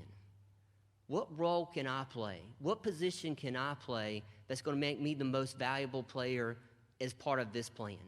All right? And I'll be honest with you, this is a group of volunteers. This is a group of people that have put this together in their spare time while they're doing their real jobs. And it's all because they want to help kids. They believe that creating safe environments for our young people is the most important things that we can do as public officials and public servants. Creating an environment where our kids feel safe so that they can learn, so that they can be successful, so they can be productive. If you'll go home and look at the plan and look at where you can PYP, where can you play your position? Where do you fit into this puzzle so that we can all be safe and create safe environments for our schools? I started in this work, and Pam said in 1998 when I started as a researcher. I actually started before then. I started in 1993 when my friend Brian Green was shot at a school. He was shot at Millbrook High School in Raleigh. It was an afternoon. Throughout the day, there was this rumor going around the school all day long. And the rumor was that there was going to be a big fight after school behind the vocational building at the school. And the rumor grew as the day got going. And by the end of the day, behind the vocational building, there must have been 300-400 people gathered to watch this fight that was going to occur. And of course, because so many rumors started to spread, that information got to teachers and got to the administration, and the vice principal was there, and he came out and he said, all right, y'all break this up. We don't want to have a fight right here on the school campus. And he actually went to the two young men that were getting ready to fight and said, if you want to fight, just go across the street to the park. Go across the street to the park, and y'all can settle your differences over there. And so they did. They went across the street to the park, to Millbrook Exchange Park that was right beside the high school, and about 200 to 300 kids followed them to watch the fight. It just so happened that a young man that was not a member of our school population, actually was 21 years old. He was a friend of one of the kids that was going to be in the fight and had heard about it was going to happen, and he came. And the fight started, and his friend quickly was put in a position that was not too advantageous for the future of his fighting skills. And so this 21-year-old pulled out a gun and supposedly shot it in the air. Just one shot. That one shot hit my friend Brian Green right in the chest. And I just remember the immediate shock of the community, the immediate shock of all the students at that school, the immediate shock of all our classmates. Brian was not there to fight. He was simply there to be a spectator. Brian was heavily involved in the theater at our school. And I just remember that that year we actually went to New York as a theater group, and they had a big billboard in New York, and they still have it. And it lists all the names of people that have died of gun violence. It just so happened when we were walking down the street in New York that Brian Green's name popped up. And then and there, I decided I've got to do something about this. I was still in high school. We started to meet with our classmates, and we actually sent a letter to then Governor Hunt and said we need to do something to create safer schools in our state. And it actually turned out the very next day after Brian got shot, we got the first officer that had ever been placed on a school campus in Wake County placed at our school. And that was what became later the School Resource Officer Program.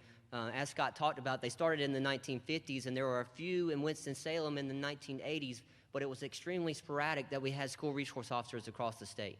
But our first officer that landed on our school campus right after that school shooting, he was simply there for security And I can tell you, as a young person on that school campus that was really shaken by what had just happened, I was extremely happy he was there. In that year, we actually put out the first, we met with the governor after sending the letter to him, and he created a task force on school safety.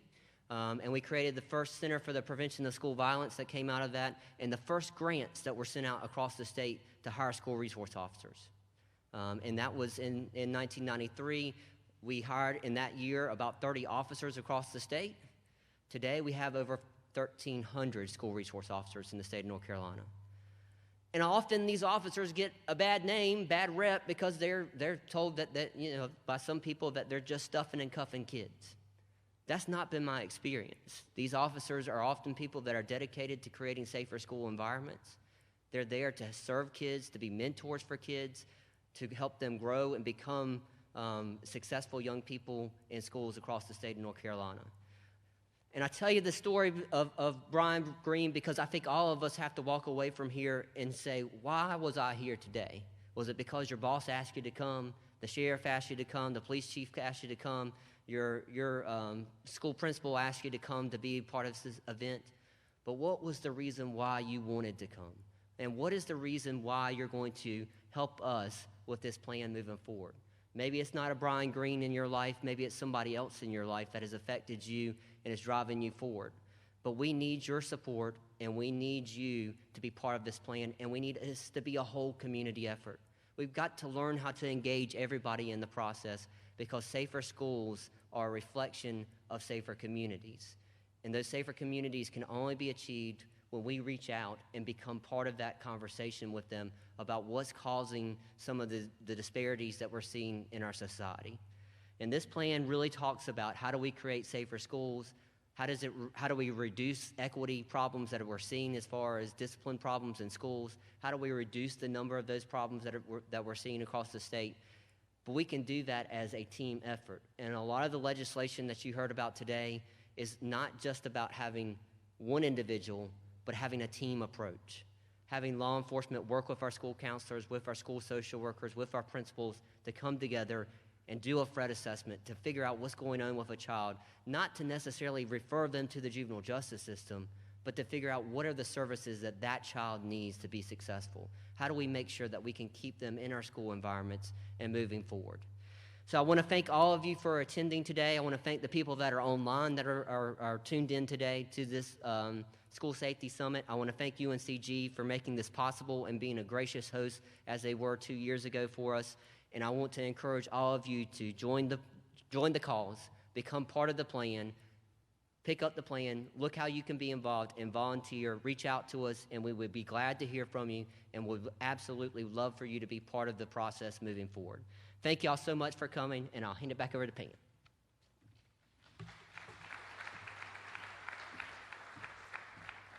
Thank you, Deputy Secretary Lassiter. Your passion shines through in all that you do. And thank you for your stories. Thank you all for attending, those in person and those who also joined us virtually. For more information or questions, please contact us on ncdps.gov. That's ncdps.gov. It's our department website, and we will connect you with the right person. And best wishes to those that will be here for part 2 of the summit tomorrow. And I ask everyone to please be safe going home this evening. Thank you.